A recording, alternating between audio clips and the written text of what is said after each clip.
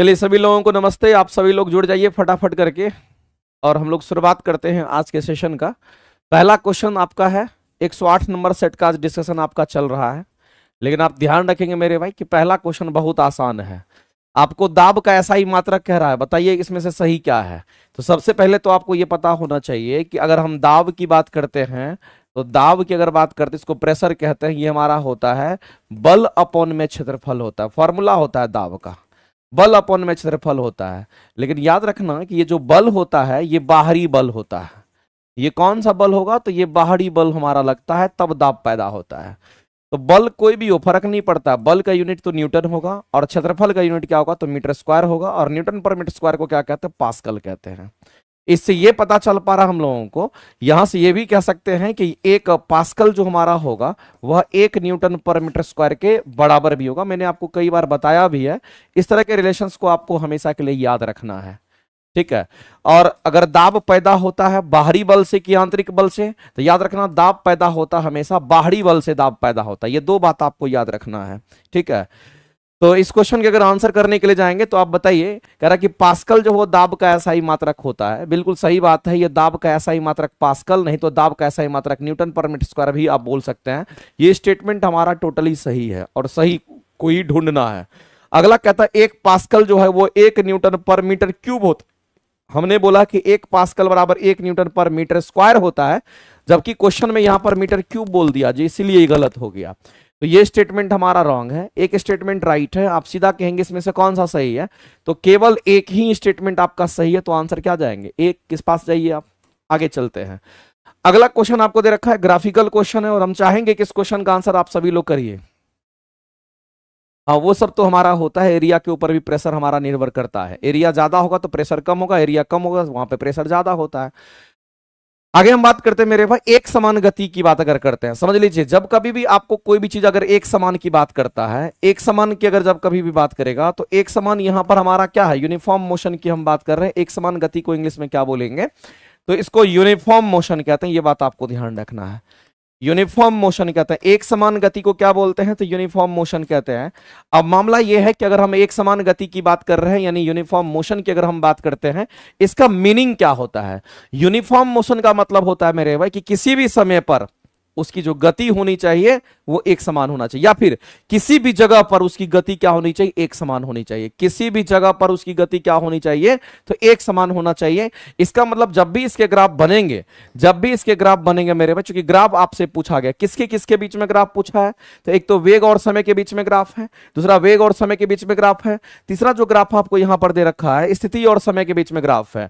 तो एक चलो इसको हम लोग मैथमेटिकली थोड़ा सा देखते हैं।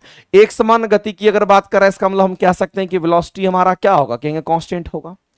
या फिर एक समान गति कह दिया तो इसका मतलब चाल हमारा क्या होगा, कहेंगे चाल हमारा यहां पर कांस्टेंट होगा। ये चाल जो है ये चाल हमारा कांस्टेंट होगा। और चाल को हम लोग क्या मान के चलते हैं, इसको हम लोग भी मान के चलते हैं, तो हम कह सकते हैं कि हमारा जो यहां पर स्पीड है वो कांस्टेंट है। अब हम लोग मानते हैं मेरे भाई कि चाल बराबर हमारा क्या होता है, चलो इतना भी झंझट नहीं पालना, आप सीधा कह सकते हो। और हम लोग जानते हैं कि चाल बराबर क्या होता है, सिंपल सा बात है, एक एक बच्चे को पता होगा कि चाल बराबर दूरी बटा क्या होता है, समय होता है। अब इसमें क्या कांस्टेंट बोल दिया, तो इसको कांस्टेंट मान लिया, इसको क्या मान लिया है, तो कहेंगे इसको कांस्टेंट मान लिया है। तो इन दोनों में कैसा रिलेशन होगा, तो ऐसी परिस्थिति में आप कहेंगे सर दूरी की अगर बात करते हैं तो दूरी बराबर हमारा क्या होगा, तो कहेंगे यहां पर कांस्टेंट टर्म गुना में हमारा क्या होगा, तो कहेंगे समय हो जाएगा। इससे इसको मल्टीप्लाई कर दीजिएगा, तो ये कांस्टेंट टर्म जब इक्वल टू में घुस करके आता है, घुस जाता है, तो ये हमारा समानुपाती लेकर के आता है। इसलिए दूरी समानुपाती फिर हमारा किसका, तो कहेंगे समय का हो जाएगा। दूरी समानुपाती हमारा किसका हो जाएगा, तो कहेंगे समय का हो जाएगा। और जब कभी भी समानुपाती का रिलेशन दिख जाता है तो याद रखना स्ट्रेट लाइन ग्राफ बनता है। कैसा ग्राफ बनेगा, तो आपको तुरंत समझना है मेरे भाई, ऐसी परिस्थिति में किसके किसके बीच में ग्राफ, दूरी और समय के बीच में कैसा ग्राफ होगा, तो दूरी और समय के बीच में जो ग्राफ बनेगा ये ग्राफ हमारा स्ट्रेट लाइन होगा, ये सीधी रेखा में हमारा ग्राफ बनेगा। अब यहां पर मामला ये है कि ये भी सीधी रेखा में ग्राफ है, यहां सीधी रेखा में ग्राफ है, यहां लेकिन ये डिसकंटिन्यूअस ग्राफ हमारा है। तो हम लोगों को किसके किसके बीच में ग्राफ देखना था, दूरी और समय के बीच में ग्राफ देना, और दूरी को हम स्थिति भी कहते हैं, पोजीशन भी कहते हैं। इसका मतलब कहीं ना कहीं स्थिति और समय के बीच में जो भी ग्राफ होगा वो हमारा कैसा होना, स्ट्रेट लाइन होना चाहिए। तो ये तो वेग और समय के बीच में ग्राफ है, ये वेग और समय के बीच में ग्राफ है, तो ये दोनों पॉसिबिलिटी खत्म। आप कहेंगे सर स्थिति को ही दूरी कहते हैं, दूरी को ही स्थिति कहते हैं, इसका मतलब स्थिति और समय के बीच में कैसा ग्राफ है, तो कहेंगे हमारा एक समान ग्राफ है। इसका मतलब कहीं ना कहीं ऑप्शन नंबर बी हमारा राइट हो जाएगा। ऑप्शन नंबर बी जो है ये आपका राइट हो जाएगा, इसमें कहीं से कोई दिक्कत नहीं है। बताइए किसी को परेशानी है क्या, बी आंसर करेंगे कि नहीं करेक्ट? अगला बताइए। अगला क्वेश्चन कहता है कि आपको बताना है कि कौन सा स्टेटमेंट हमारा सही है। कहता है कि दो पिंड के बीच परस्पर बल सदैव समान और एक दिशा में हमारा होता है। क्या ये सही है?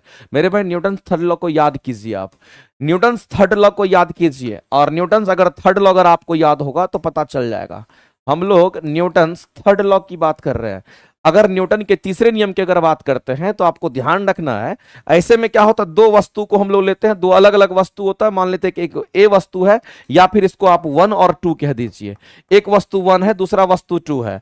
अब मेरे भाई ये जो दो वस्तु हमारा होता है, तो एक वस्तु अगर इस पर बल लगाता है, या एक वस्तु जब इसको हिट करता है, एक्शन करता है, कहेंगे इसको जब हिट करता है तो हम कहेंगे ये हमारा F1 एक्शन किया किस पर, तो कहेंगे 2 पर, इसलिए 2 को बाद में हम लिखते हैं। तो जाहिर सी बात है 2 भी हमारा रिएक्शन करेगा, जब 2 रिएक्शन करेगा तो कहेंगे F2 फोर्स लगेगा, किस पर लगेगा, तो 1 पर लगेगा। इसको लिखने का तरीका होता है। तो मेरे भाई हम लोग क्या देख रहे हैं कि फोर्स का जो मैग्नीट्यूड होगा ना, न्यूटन थर्ड लॉ हमारा कहता है कि जो हमारा फोर्स उस पर लग रहा है, इस फोर्स का मैग्नीट्यूड तो समान होगा। इसके फोर्स के जो मैग्नीट्यूड की अगर हम बात करते हैं, जिसको आप मैग्नीट्यूड कहते हैं, जिसको आप परिमाण कहते हो, परिमाण तो इसका समान होगा, मैग्नीट्यूड इसका समान होगा। यानी अगर ये 10 लगेगा तो ये भी 10 लगेगा। मान लेते थोड़ी देर के लिए अगर से एक्शन किया हम 10 न्यूटन का, तो रिएक्शन भी कितने न्यूटन का मिलेगा, तो वो भी 10 न्यूटन का ही मिलना है। तो परिमाण समान होगा, उसकी वैल्यू समान होगी, उसका हम वैल्यू समान करेंगे। लेकिन मेरे भाई अगर हम डायरेक्शंस की अगर बात करते हैं तो बताइए इसका डायरेक्शन कैसा होगा। तो एक हमारा ईस्ट में लग रहा है, तो दूसरा किधर लग रहा है, वेस्ट में लग रहा है, तो दोनों की दिशा विपरीत है, इसका मतलब डायरेक्शन अपोजिट हमारा होता है। इन दोनों परिस्थिति में हम लोग क्या कहते हैं, तो यहां पर हमारा डायरेक्शन जो है ये हमारा अपोजिट होता है। तो जब भी थर्ड लॉ हमारा लागू होगा तो मेरे पास सिंगल बॉडी में लागू नहीं होता, जब भी थर्ड लॉ हमारा होगा तो दो वस्तु के बीच में लागू होता है। इस बात को आप ध्यान रखना। तो यहां पर कह रहा है कि दो पिंड तो चलो ठीक है, दो वस्तु ठीक हमारा, उसके बीच में परस्पर हमारा सदैव समान बल जो है सदैव समान होता है। यानी बल कहने वाला उसका मैग्नीट्यूड सदैव समान होगा, उसमें कोई दिक्कत नहीं। लेकिन कह रहा है एक ही दिशा में हमारा होगा। मेरे भाई मैं कह रहा हूं यहां पर विपरीत दिशा में होगा, यहां पर कह रहा है एक ही दिशा की बात कर रहा है। इसका मतलब कहीं ना कहीं ये स्टेटमेंट रॉन्ग है, तो आप इस स्टेटमेंट को तो यही काट दोगे। अगला कहता है क्रिया तथा प्रतिक्रिया बल एक वस्तु पर कार्य करता है। हमने आपको बोला मेरे भाई कि जब भी एक्शन और रिएक्शन होगा तो उसमें एक वस्तु नहीं होना चाहिए। हमारा कितनी वस्तु होनी चाहिए, दो वस्तु होनी चाहिए मेरे भाई। तो यहां एक वस्तु पर थोड़ी हो रहा है, यहां दो वस्तु है, एक और दो वस्तु पर हमारा होता है। तो ये कहीं ना कहीं यहां पर ये भी रॉन्ग है हमारा, इसीलिए एक वस्तु लिख दिया। तो आप यहां पर सीधा इसको काट दोगे, कहोगे सर ये पहला भी गलत है दूसरा भी गलत है, इसका मतलब दोनों गलत है, सही कौन सा है, इसमें से सही कौन सा है? तो आप क्या कहोगे, सही तो कोई नहीं है। इसका मतलब इस क्वेश्चन का आंसर क्या करेंगे, सही हमारा कोई नहीं है, तो हम कहेंगे इसमें से कोई सही नहीं है। क्योंकि कौन सा कथन सही है बोला गया, तो कहेंगे कोई कथन सही नहीं है। इसका मतलब आप आंसर क्या करेंगे, उपयुक्त में से कोई नहीं। आप चलेंगे आंसर 3 का ई ऑप्शंस के साथ आप जाएंगे। एक बार वेरीफाई कर लेते हैं मेरे भाई, 3 का जो आंसर है हमारा ऑप्शन नंबर ई ही है। ऑप्शन नंबर ई जो है हमारा राइट हो जाएगा। क्या किसी को दिक्कत है? कोई नहीं, मतलब ई ऑप्शन के साथ जाएंगे। चलिए आगे चलते हैं। अगला क्वेश्चन कहता है किसी वस्तु का द्रव्यमान चंद्रमा पर पृथ्वी की अपेक्षा कम होता है। एक बात बताइए मेरे भाई, द्रव्यमान किसी भी वस्तु का कहीं भी लेके जाइए, हवा पानी आकाश पाताल जहां लेके जाना है वहां लेके चले जाइए, द्रव्यमान में कभी कोई परिवर्तन नहीं होता है। द्रव्यमान सबका फिक्स होता है, इस बात को ध्यान रखना। तो मेरे भाई अगर वस्तु के द्रव्यमान की बात करते हैं, आप चंद्रमा और पृथ्वी कहीं पर लेके जाइएगा, दोनों की वैल्यू बराबर मिलेगी। यहां कह अपेक्षाकृत कम होता है, जो कि टोटली रॉन्ग है। तो इसके बारे में तो चर्चा ही नहीं करना। और आपसे पूछा क्या कि कौन सा स्टेटमेंट सही है, तो पहला ही गलत हो गया। जब पहला गलत हो गया मेरे भाई, तो कौन सा सही है, तो ये सही नहीं हो सकता है, ये सही नहीं हो सकता, क्योंकि पहला स्टेटमेंट हमारा दोनों ऑप्शंस को एलिमिनेट कर दिया। होने की संभावना आंसर हमारा बी ही होगा।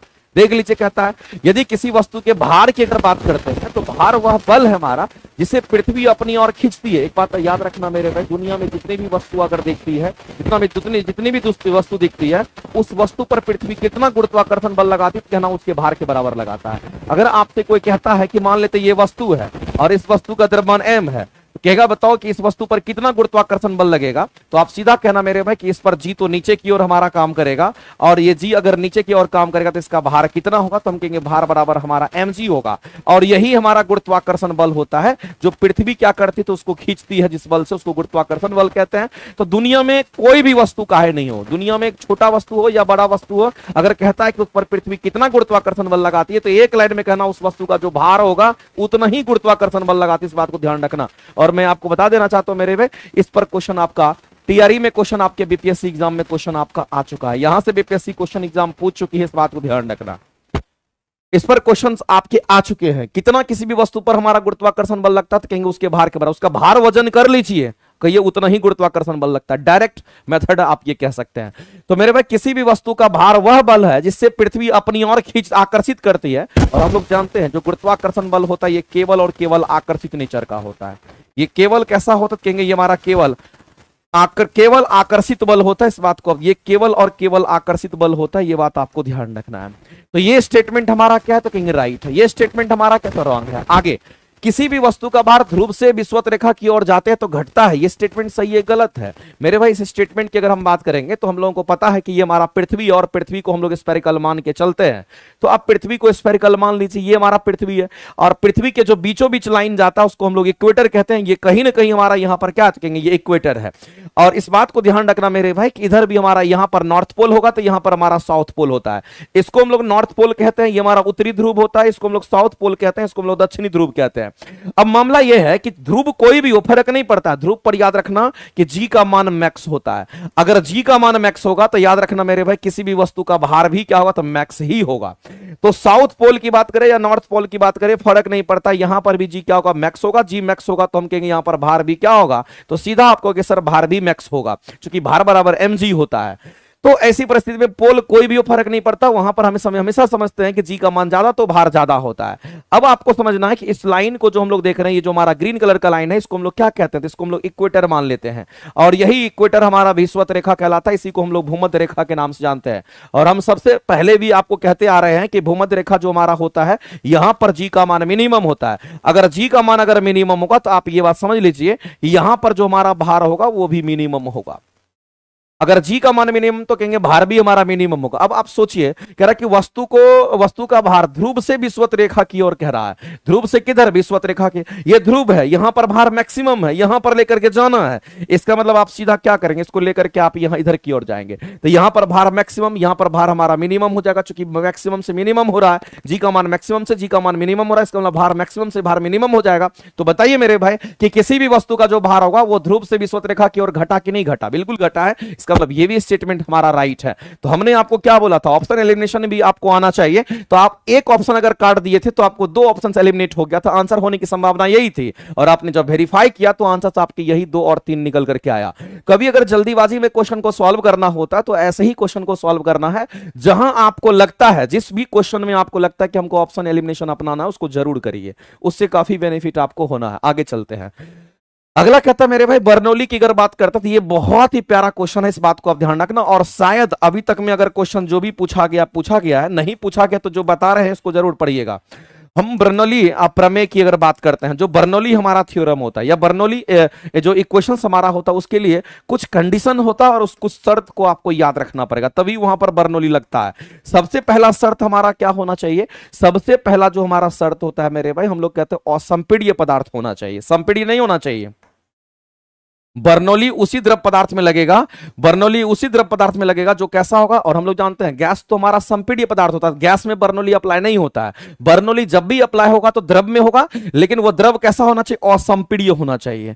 ये कैसा होना चाहिए मेरे भाई, तो कहेंगे ये हमारा असंपीड्य द्रव पदार्थ होना चाहिए। इस बात को आप ध्यान रखना, बर्नौली जब भी लगेगा तो असंपीड्य द्रव पदार्थ में लगेगा। और असंपीड्य को कहते हैं इनकंप्रेसिबल फ्लूइड कहते हैं। और याद रखना, अगर कोई असंपीड्य पदार्थ होता है उसकी डेंसिटी कांस्टेंट होती है, ये याद रखना मेरे भाई। इस बात को, ये क्वेश्चंस कई बार पूछा गया है, यानी उसका घनत्व तो जो होता है वो हमारा कांस्टेंट होता है। उसका घनत्व तो क्या होता है, कहेंगे कांस्टेंट। कोई भी अगर असंपीड्य पदार्थ है उसका घनत्व तो क्या होगा, कांस्टेंट। डायरेक्ट एग्जाम में पूछता है ये रिलेशन, इस बात को हमेशा याद रखिएगा, एग्जाम में डायरेक्ट रिलेट करके पूछता है।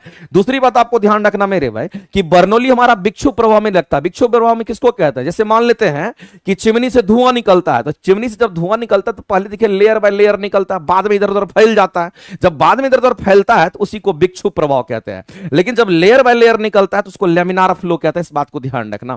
तो मेरे भाई इस बात को ध्यान रखना कि हमारा जो बर्नौली प्रमेय हमारा तो वही लगेगा जहां पर कह सकते हैं कि द्रव का जो फ्लो होगा वो लेमिनार होगा। द्रव का फ्लो कैसा होना चाहिए, क्योंकि यहां पर वही लगेगा जहां पर द्रव का फ्लो लेमिनार हो। इस बात को ध्यान रखना, जहां पर द्रव का फ्लो कैसा हो तो लेमिनार हो। और लेमिनार कहने का मतलब आप समझ रहे हैं, लेमिनार कहने का मतलब लेयर बाय लेयर फ्लो हो। इस बात को ध्यान रखना। जैसे हमारे शरीर में, हमारे वेन में जो ब्लड का फ्लो होता है वो लेमिनार होता है। वेन्स में ब्लड का जो फ्लो होता है वो कैसा होता है, क्योंकि वेन्स में ब्लड का जो फ्लो होता है वो हमारा लेमिनार होता है। लेंस में ब्लड का जो फ्लो होता है वो लेमिनार होता है। इस बात को ध्यान रखना। लेयर बाय लेयर जो फ्लो होता है उसको लेमिनार कहते हैं। तो ये विक्षुब्ध प्रभाव में हमारा लागू नहीं होता है। ये किस में लागू नहीं, तो टर्बुलेंट फ्लो में लागू नहीं होता है। इसको हम लोग कहते हैं विक्षुब्ध प्रभाव कहते हैं। ये किस में नहीं लागू होगा मेरे में, तो याद रखना ये विक्षुब्ध प्रभाव में हमारा लागू नहीं होता। इस प्रवाह में लागू, इस प्रवाह में अप्लाई नहीं होता। इस प्रवाह में हमारा ये अप्लाई नहीं होता। इस बात को आप ध्यान रखेंगे, यहां पर अप्लाई नहीं होता है।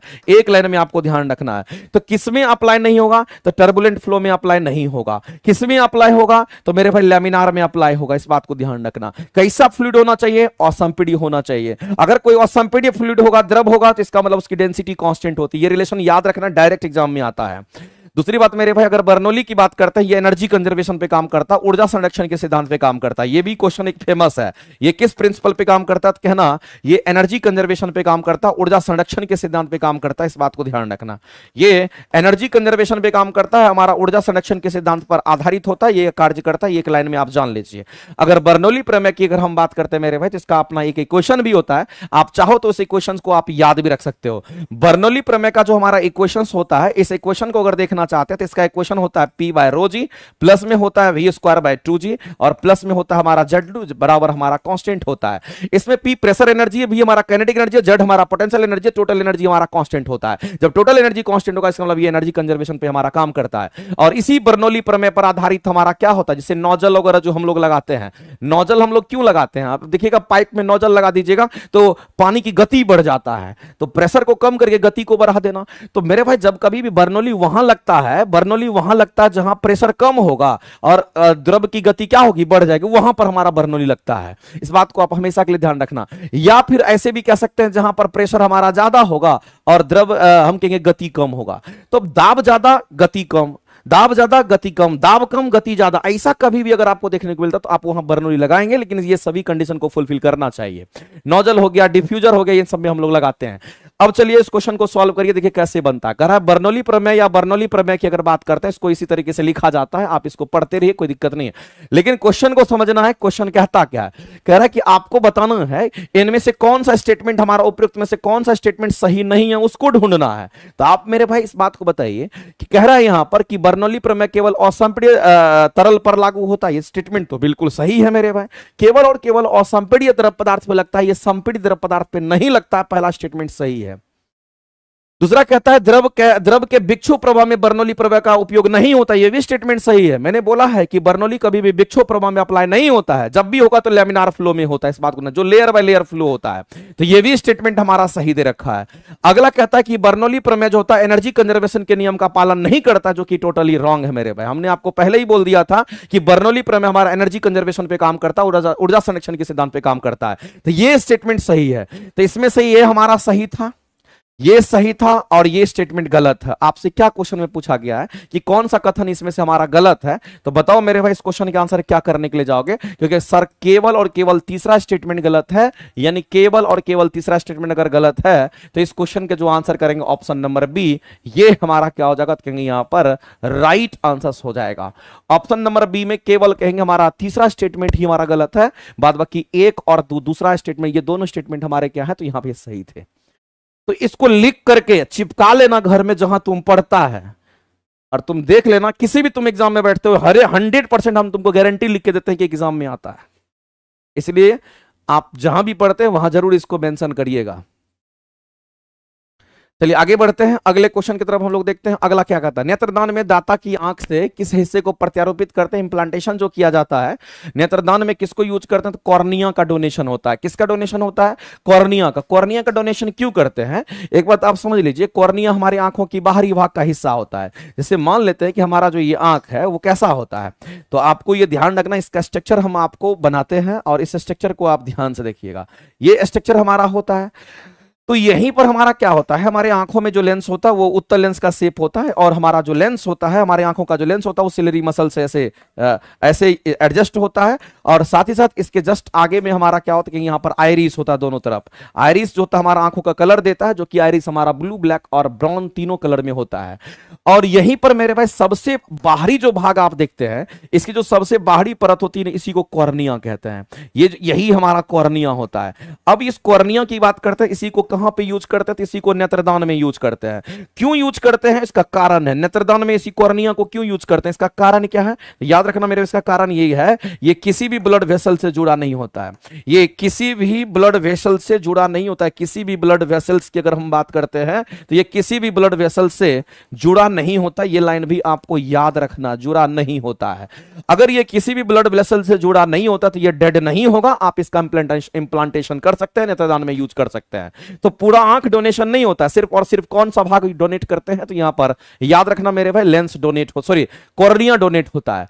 एक श्वेत प्रकाश संकीर्ण किरण एक अभिसारी लेंस से गुजरने के पश्चात एक बिंदु पर अभिसारित होने में असफल होती है। मेरे भाई ये क्वेश्चन जो है ना, खतरनाक क्वेश्चन है, और आपको ध्यान रखना है ये वैसे क्वेश्चन है जिसमें लोग गलती करते हैं। तो मैं आपको बताना चाहता हूं एक्चुअली में ये क्या कहता है। सबसे पहला चीज मेरे भाई आपको ध्यान रखना है, ये किस लेंस की बात कर रहा है? तो ये अभिसारी लेंस की बात कर रहा है। ये किस लेंस की बात कर रहा है? तो अभिसारी लेंस की बात कर रहा है। और आप पढ़ते होंगे तो आपको पता चल गया होगा मेरे भाई कि अभिसारी लेंस कैसा होता है। तो हम जानते हैं कि लेंस दो तरह का होता है, एक हमारा उत्तल लेंस होता है और दूसरा जो लेंस होता है ये हमारा कैसा होगा? तो हम लोग सीधा कहते हैं कि ये हमारा अवतल लेंस होता है। इतना बात तो मेरे भाई सबको पता होगा। लेकिन जो उत्तल लेंस होता है ना, ये प्रकाश को नजदीक लाता है, जबकि अवतल लेंस प्रकाश को दूर भगाता है। ये प्रकाश को फैलाता है तो ये प्रकाश को नजदीक लाता है। ये क्या करता है मेरे भाई? तो इस बात को ध्यान रखना, ये प्रकाश को नजदीक लाता है, इस बात को ध्यान रखेंगे। और ये प्रकाश को क्या करता है? तो दूर भगाता है। तो कहीं पर प्रकाश फैलाने की बात आएगी तो ये लगा देंगे, कहीं प्रकाश को नजदीक लाना होगा तो ये लगा देंगे। तो प्रकाश को ये क्या करता है? कहीं यहां पर ये दूर फैलाता है, ये दूर फैलाता है, इस बात को ध्यान रखेंगे। तो एक प्रकाश को दूर फैलाता है, एक प्रकाश को नजदीक लाता है। उसके हिसाब से अगर कोई प्रकाश को नजदीक लाता है तो मेरे भाई इसी को हम लोग कन्वर्जिंग लेंस कहते हैं। इसी को हम लोग क्या कहेंगे? तो इसी को हम लोग यहां पर कन्वर्जिंग लेंस कहते हैं। और कन्वर्जिंग लेंस का ही नाम होता है अभिसारी लेंस है। इसी को हम लोग कैसा लेंस कहते हैं? तो इसी को हम लोग अभिसारी लेंस के नाम से जानते हैं। एक एक बच्चा को ये बात पता होगा। और अगर प्रकाश को दूर फैलाता है, इसका मतलब डाइवर्ज करता है, इसका मतलब ये डाइवर्जिंग लेंस है। ये कैसा है? तो इसको हम लोग सीधा कहेंगे कि ये हमारा डाइवर्जिंग लेंस है। और अगर कोई डाइवर्जिंग लेंस होगा तो याद रखना मेरे भाई, इसको अपसारी लेंस कहते हैं। इसको कैसा कहेंगे? इसको हम लोग अपसारी लेंस के नाम से हम लोग जानते हैं। अब मामला क्या है मेरे भाई, जब हम लेंस की बात कर रहे हैं यहां पर, तो आपको ध्यान रखना अभिसारी या अपसारी क्वेश्चन में जो बोला है उसके हिसाब से हम लोग चलेंगे। क्वेश्चन में हम लोग को क्या बोला है? तो क्वेश्चन में हम लोग को बोला है अभिसारी लेंस, यानी इसकी बात कर रहा है, आपसे उत्तल लेंस की बात कर रहा है। एक बात बताओ मेरे भाई, ये हमारा कैसा लेंस है? कहेंगे इसको हम लोग उत्तल लेंस कहते हैं। चलो थोड़ा सा बड़ा डायग्राम बनाते हैं। ये हमारा उत्तल लेंस का हम फोटो बनाना चाहते हैं ताकि आप एक एक चीज को यहां पर समझ पाए। ये हमारा कैसा डायग्राम है? तो कहेंगे इसको हम लोग उत्तल लेंस कहते हैं।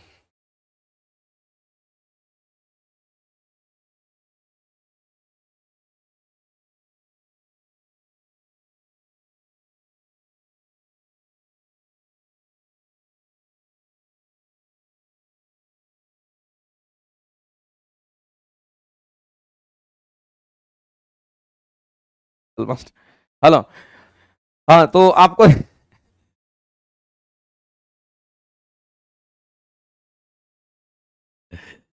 चलिए, तो हम लोग बात कर रहे हैं मेरे भाई, यहां पर ऑप्टिकल सेंटर हमारा होता है, ये बात तो सबको पता होगा नहीं? और ये कैसा लेंस है? तो उत्तल लेंस है, कन्वर्जिंग लेंस है, प्रकाश को कन्वर्ज करता है। अब समझिएगा, चूंकि दो दो तरफ मुड़ा हुआ है तो दो दो को फोकस होगा इसका, एक फोकस नहीं होगा, दो दो को फोकस। इधर हमारा कहेंगे F1 फोकस होगा, तो इधर हमारा F2 फोकस होगा, दो को फोकस हो गया। तो जितना दूरी पर ये है उतने दूरी पर ये भी नाप करके हम लोग लिखेंगे। लेकिन यहां से यहां तक की दूरी अगर F1 है तो ये भी दूरी F1 होगी, तो यहां से यहां तक 2F1 इसको कह देते हैं। यहां तक हमारा F2 है तो यहां से यहां तक हम लोग फिर F2 मापेंगे, तो ये हमारा 2F2 कहलाता है। इधर अनंत तो इधर भी अनंत होता है। समझना गौर से जो कहना चाह रहा है। अब कहता है मेरे भाई कि इसमें भी कोई भी प्रकाश की किरण अगर जाकर के टकराती है, मान लेते हैं कि कोई भी प्रकाश की किरण हमारा कैसे गई, तो कोई भी प्रकाश की किरण अगर मान लेते हैं ऐसे गई, ये नजदीक से अगर कोई भी प्रकाश की किरण हमारा ऐसे गई, यहां पे टकराए, तो ये किरणें जाने के बाद क्या होगी, तो ये किरण जैसे ही ऐसे करके गए और जाने के बाद हम लोग जानते हैं कि अगर प्रधान अक्ष के समानांतर कोई भी किरण जाकर के लेंस में टकराती है, तो वो टकराने के बाद किधर से पास करेगी, तो टकराने के बाद वो फोकस से पास करती है। टकराने के बाद वो किससे पास करेगी, तो कहेंगे टकराने के बाद वो सीधा कहेंगे सर फोकस से पास करेगी। ये टकराने के बाद, चूंकि हम लोग जानते हैं समानांतर किरण हमारा जब भी जाकर के टकराएगा तो हमेशा फोकस से पास करता है, ये फोकस से पास कर गया और प्रकाश आर पार करेगा, चूंकि हमारा लेंस है। इसी तरीके से हम दूसरा भी ले लेते हैं, हम कहेंगे सर इसी तरीके से दूसरा भी ले लेते हैं। ऐसे प्रकाश की किरणें आ रही है और प्रकाश किरणें समानांतर कहां से आती है, तो अनंत से आने वाली प्रकाश किरणें समानांतर होती है, और जैसे ही प्रकाश किरण समानांतर किरण आकर के लेंस में टकराएगी और टकराने के बाद ये किससे पास कर जाएगी, तो कहेंगे ये हमारा फोकस से पास कर जाएगी। इस फोकस से पास कर जाएगी, एक एक बच्चा को पता होगा ये बात, ये फोकस से पास कर जाएगी इस तरीके से। तो हमारा जो इमेज बनेगा वो कहां बनेगा, तो हम लोग सीधा कहेंगे सर इमेज जो बनेगा तो वो फोकस पर बन गया, यहां पर बना, एकदम डिट्टो इस पॉइंट पर बना है। इसका कहना क्या है, समझना गौर से, इसका कहना क्या है, इसका कहना बस ये है कि अगर मान लेते हैं इसी प्रकाश किरण को थोड़ा हम दूर से अगर लेकर के आते हैं, कहां से लेकर के आते हैं, अगर हम दूर से लेकर के आते हैं, तो बताइए ऐसी परिस्थिति में ये प्रकाश किरणें क्या होगी। दूर से लेकर के आते हैं हम प्रकाश किरण को, कहां से लेकर आते हैं, तो दूर से ऐसे लेंस में हमारा टकराता है। जब प्रकाश किरण हमारा उससे दूर जाकर के हमारा टकराता है लेंस में, इस कोना पे टकराता है, तो ऐसी परिस्थिति में आपको ध्यान रखना है ये जो हमारा प्रकाश की किरणें है, ये हमारा उस फोकस से पास नहीं करके उस फोकस से नजदीक, उसके फोकस के बगल से निकल जाता है। यानी कहने का मतलब आप सीधा कह सकते हैं कि ये ऐसा निकल जाता है, उस फोकस से पास नहीं करता है। ये बात आपको ध्यान रखना है। अगर दूर से अगर आ रही है तो फिर उस फोकस से, एग्जैक्ट उस फोकस से वो पास नहीं कर पाएगा, और अगर एग्जैक्ट उस फोकस से वो पास नहीं कर पाएगा तो जाहिर सी बात है मेरे भाई कि ऐसी परिस्थिति में हम लोग यहां पर क्या कहेंगे, ऐसी परिस्थिति में हम कहेंगे इसका इमेज जो है कहीं ना कहीं देखने को यहां भी मिलेगा, आपको इसका इमेज कहीं ना कहीं यहां भी देखने को मिलेगा। तो इसका जो फोकस है वो कहीं ना कहीं हमारा क्या हो गया, तो फोकस जहां होना चाहिए था वहां नहीं हुआ, फोकस थोड़ा मेरे भाई पीछे हो गया उसका। और ऐसा होता है, दर्पण में भी होता है और ऐसा हमारा लेंस में भी होता है, लेकिन हम लोग मान के चलते हैं जो नियम है उसको हमेशा फॉलो कराते हैं। लेकिन ये चीज आपको ध्यान, नजदीक से अगर रहेगा तब तो ठीक है, फोकस पर पास करेगा, लेकिन अगर दूर है हमारा तो फिर वो हमारा फोकस पर अपना प्रकाश को कन्वर्ज नहीं कर पाता है। तो वही कह रहा है कि यहां पर बोला गया है कि अभिसारी लेंस से गुजरने के बाद श्वेत प्रकाश कह रहा, तो श्वेत प्रकाश हमारा सूर्य की प्रकाश होती है, और जो सूर्य प्रकाश हमारा होता है वो हमारा समानांतर आता है, अनंत दूरी से आता है, वो समानांतर होता है। तब कहता है अभिसारी लेंस से गुजरने के पश्चात, कह रहा है गुजरने के पश्चात एक बिंदु पर अभिसारित होने में असफल होता है। तो एक बिंदु पर अभिसारित होने में असफल होता तो हम कहेंगे वो पहले ही हमारा क्या हो जाता, तो कहेंगे यहां पर अभिसारित हो जाता है। इसमें आपको पता चल पा रहा होगा कि एक इमेज हमारा बनना चाहिए थोड़ा सा आगे, लेकिन वो पहले बन जाता है। इसी को हम लोग क्या कहते हैं, तो इसी को हम लोग बोलते हैं एवरेशन। इसी को हम लोग क्या बोलते हैं, एवरेशन। इसी को विपथन कहते हैं, वर्णीय विपथन के नाम से इसको हम लोग जानते हैं। इसी को वर्णीय विपथन कहते हैं। मेरे भाई इस चीज को आप लिख लीजिएगा, नोट कर लीजिएगा, इसका मीनिंग ये होता है, और हमको लगता है कि आपको याद भी रहेगा, आपको याद भी रहेगा, इस बात को आप ध्यान रखना, ठीक है। इसी को हम लोग यहां पर वर्णीय विपथन के नाम से हम लोग जानते हैं। और पोलराइजेशन की जो घटना होती है, याद रखना मेरे भाई, ये जो ध्रुवीकरण हमारा होता है ये केवल और केवल प्रकाश में होता है। केवल और केवल किस में होगा, तो कहेंगे केवल और केवल ये प्रकाश में ध्रुवीकरण होता है। मेरे भाई याद रखना, ध्वनि का ध्रुवीकरण नहीं होता है, ध्वनि का ध्रुवीकरण नहीं होता, यह बात आपको ध्यान रखना। ध्वनि का ध्रुवीकरण नहीं होता है। किसका ध्रुवीकरण नहीं होता है, तो ध्वनि का ध्रुवीकरण नहीं होता, यह बात आपको ध्यान रखना। किसका ध्रुवीकरण होगा, तो प्रकाश का ध्रुवीकरण, ध्वनि का ध्रुवीकरण नहीं होता है। और डिफ्रैक्शन जब चलिए मेरी आवाज, ग्रेफाइट हमारा राइट आंसर हो जाएगा। चलिए आगे चलते हैं। अगला क्वेश्चन हमारा क्या, बैटरी खत्म हो गया था, चलिए आगे चलते हैं। अगला क्वेश्चन कहता है कि पेंसिल का जो लेड होता है उसमें बनाने के लिए हम किसका इस्तेमाल करते हैं, ग्रेफाइट का करते हैं। और एक बात याद रखना मेरे भाई, जो ग्रेफाइट हमारा होता है उसको हम लोग क्या करते हैं, समझना, एक अच्छा चीज हम आपको लोग बताते हैं। हम अगर ग्रेफाइट की हम बात करते हैं, ये जो हमारा ग्रेफाइट हमारा होता है, ये जो हमारा ग्रेफाइट होता है ये क्या है, कार्बन का अपरूप है। इस बात को सभी लोग जानते होंगे। ग्रेफाइट हमारा कार्बन का क्या है, तो कहेंगे ये अपरूप होता है, ये हमारा कार्बन का अपरूप होता है, इस बात को ध्यान ध्यान रखना। लेकिन जो ग्रेफाइट हमारा है ना, ये अधातु कहलाता है, क्योंकि जाहिर सी बात है कार्बन का बना है तो ये अधातु होता है। ये कैसा होगा? अधातु होता है। और हम सभी लोग जानते हैं कि जो अधातु होता है ना, ये मुलायम होता है। और धातु जनरली कैसा होता है? कहीं मुलायम होता है, इस बात को आप ध्यान रखना। और धातु जनरली कैसा होगा? तो मुलायम होता है। जबकि यही चीज अगर हम डायमंड के पास अगर हम चलते हैं तो एक बात याद रखना मेरे भाई, जो डायमंड जिसको हम लोग हीरा कहते हैं, ये हीरा भी हमारा कार्बन का ही बना होता है। ये भी हीरा हमारा कार्बन का अपरूप होता है, इस बात को हम सभी लोग जानते हैं। ये कार्बन का अपरूप ही होता है, इस बात को ध्यान रखना। लेकिन ये डायमंड भी हमारा क्या? अधातु, चूंकि कार्बन से बना है तो ये भी हमारा अधातु है, ये भी हमारा अधातु, इस बात को ध्यान रखना। लेकिन ये जो डायमंड होता है मेरे भाई, ये मुलायम होता है तो ये हमारा कठोर होता है। ये मुलायम होता तो ये हमारा कठोर होता है। दोनों में डिफरेंस है, इस बात को ध्यान रखना। डायमंड हमारा हार्ड होता है, जबकि मेरे भाई यहां पर ग्रेफाइट हमारा कैसा होता है? मुलायम। याद रखना चाहिए क्योंकि क्वेश्चन आता है। ये विद्युत धारा और उष्मा दोनों का संचरण करेगा, जबकि ये केवल और केवल उष्मा का संचरण करता है। ये विद्युत धारा का संचरण नहीं करता है, क्योंकि इसके पास मुक्त इलेक्ट्रॉन नहीं होता है। इसके पास मुक्त इलेक्ट्रॉन होगा, इसलिए दोनों काम करता है। चलिए आगे चलते हैं। अगला क्वेश्चन कह रहा है निष्क्रिय गैस प्रदर्शित करती है किसको? एक बात बताइए मेरे भाई, अगर हम निष्क्रिय गैस की बात करते हैं, हम किस गैस की बात करते हैं? यदि हम यहां पर अगर निष्क्रिय गैस की अगर हम बात करते हैं, तो जो निष्क्रिय गैस हमारा होता है उसी को अक्रिय गैस कहते हैं। जो निष्क्रिय गैस होता है उसी को अक्रिय गैस कहते हैं। और निष्क्रिय गैस का जो ऑक्टेट हमारा होता है, निष्क्रिय गैस का जो ऑक्टेट हमारा होता है, ये ऑक्टेट हमारा कंप्लीट होता है। इसके ऑक्टेट की अगर हम बात करते हैं, इसका ऑक्टेट कंप्लीट होता है। ये बात एक एक बच्चा को पता होगा कि अगर कोई निष्क्रिय गैस है तो उसका ऑक्टेट कंप्लीट होता है, उसका अष्टक भरा हुआ रहता है। अगर मेरे भाई किसी का ऑक्टेट कंप्लीट होता है तो याद रखना ऐसे केस में जो इलेक्ट्रॉन का पेयरिंग हम लोग करते हैं और बाउ प्रिंसिपल से जब हम लोग उसको सजाते हैं तो ये पेयर्ड इलेक्ट्रॉन हमारा होता है। अगर किसी का ऑक्टेट कंप्लीट है तो समझ लेना मेरे भाई इसमें हमारा कैसा इलेक्ट्रॉन होगा? तो कहेंगे इसमें हमारा पेयर्ड इलेक्ट्रॉन होता है। और अगर किसी में पेयर्ड इलेक्ट्रॉन होगा, अगर किसी में पेयर्ड इलेक्ट्रॉन होगा तो याद रखना मेरे, अगर किसी में पेयर्ड इलेक्ट्रॉन होगा तो ऐसी परिस्थिति में याद रखना वो हमारा क्या होगा? तो कहेंगे पेयर्ड इलेक्ट्रॉन हमारा, और ये हमारा डायामैग्नेटिक मटेरियल होता है, इस बात को ध्यान रखेंगे। इसको हम लोग कहते हैं ये हमारा कैसा होगा? तो कहेंगे ये हमारा डायामैग्नेटिक मटेरियल होता है, इस बात को ध्यान रखना। क्योंकि हम लोग जानते हैं कि जो डायामैग्नेटिक मटेरियल हमारा होता है, जो डायामैग्नेटिक मटेरियल की हम बात करते हैं, वो हमारा कैसा होता है? पेयर्ड होता है। जो डायामैग्नेटिक मटेरियल हमारा होता है वो पेयर्ड होता है, उसमें पेयर्ड इलेक्ट्रॉन होते हैं। और ये चीज मेरे भाई बड़ा काम का चीज है, चेक करने का तरीका आपके पास है। आप क्या करिएगा, आप जैसे ही मेरे वजह से मान लेते हैं हमारे पास क्या है, एक एग्जांपल ले लीजिए, देखिए कैसे बनता है। अगर हम एग्जांपल लिए और हम कह दिए हीलियम, बताइए हीलियम की परमाणु संख्या कितनी होती है? तो हीलियम की परमाणु संख्या तो 2 होगा। अगर हीलियम की परमाणु संख्या 2 होगा तो जाहिर सी बात इसका स्ट्रक्चर अगर कॉन्फ़िगरेशन लिखेंगे तो 1s2 लिखेंगे। इसका मतलब s में हमारा एक ही डब्बा बनता है, तो इसमें 2 इलेक्ट्रॉन को सजाना है तो एक उल्टा एक हमारा ऐसा हो जाएगा। तो इसमें 2 इलेक्ट्रॉन हो गए, दोनों पेयरिंग में है, एक क्लॉकवाइज दूसरा एंटी क्लॉकवाइज, दोनों एक दूसरे को कैंसिल आउट कर देता है। और ऐसी परिस्थिति में हमारा डायपोल मोमेंट भी 0 होता है।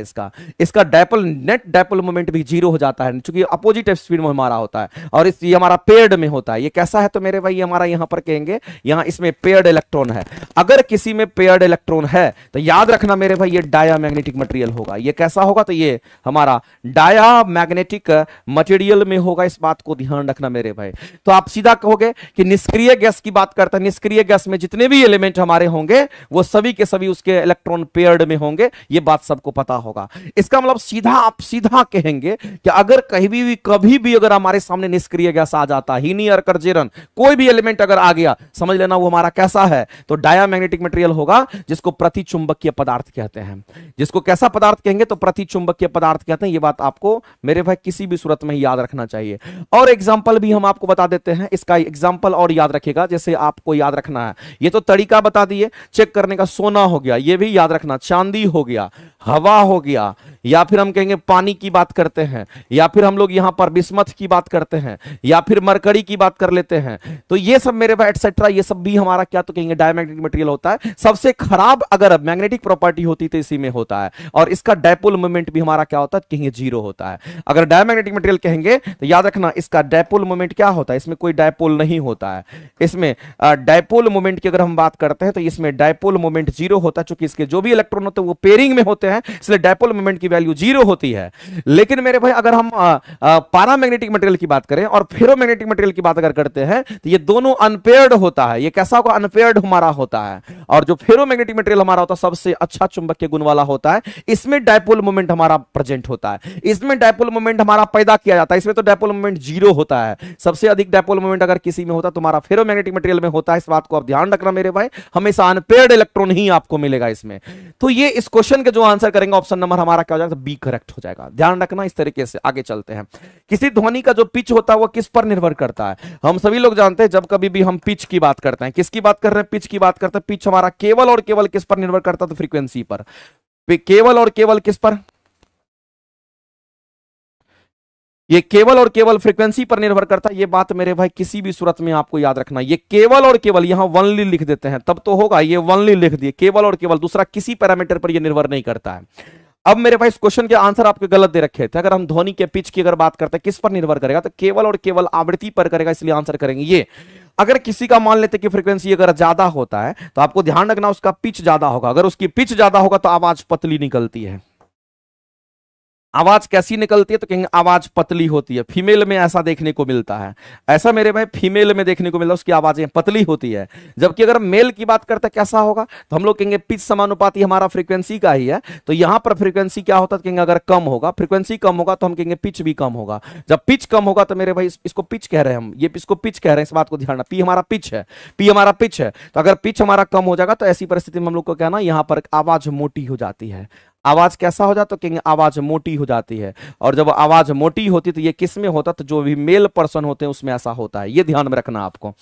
तो ये हमारा, और पिच हमारा केवल और केवल किस पर निर्भर करता है? तो केवल और केवल फ्रीक्वेंसी पर करता है। याद रखना मेरे भाई, कभी भी एम्पलीट्यूड हमारा नहीं होगा। एम्पलीट्यूड किस पर निर्भर करता है वो भी जान लीजिए।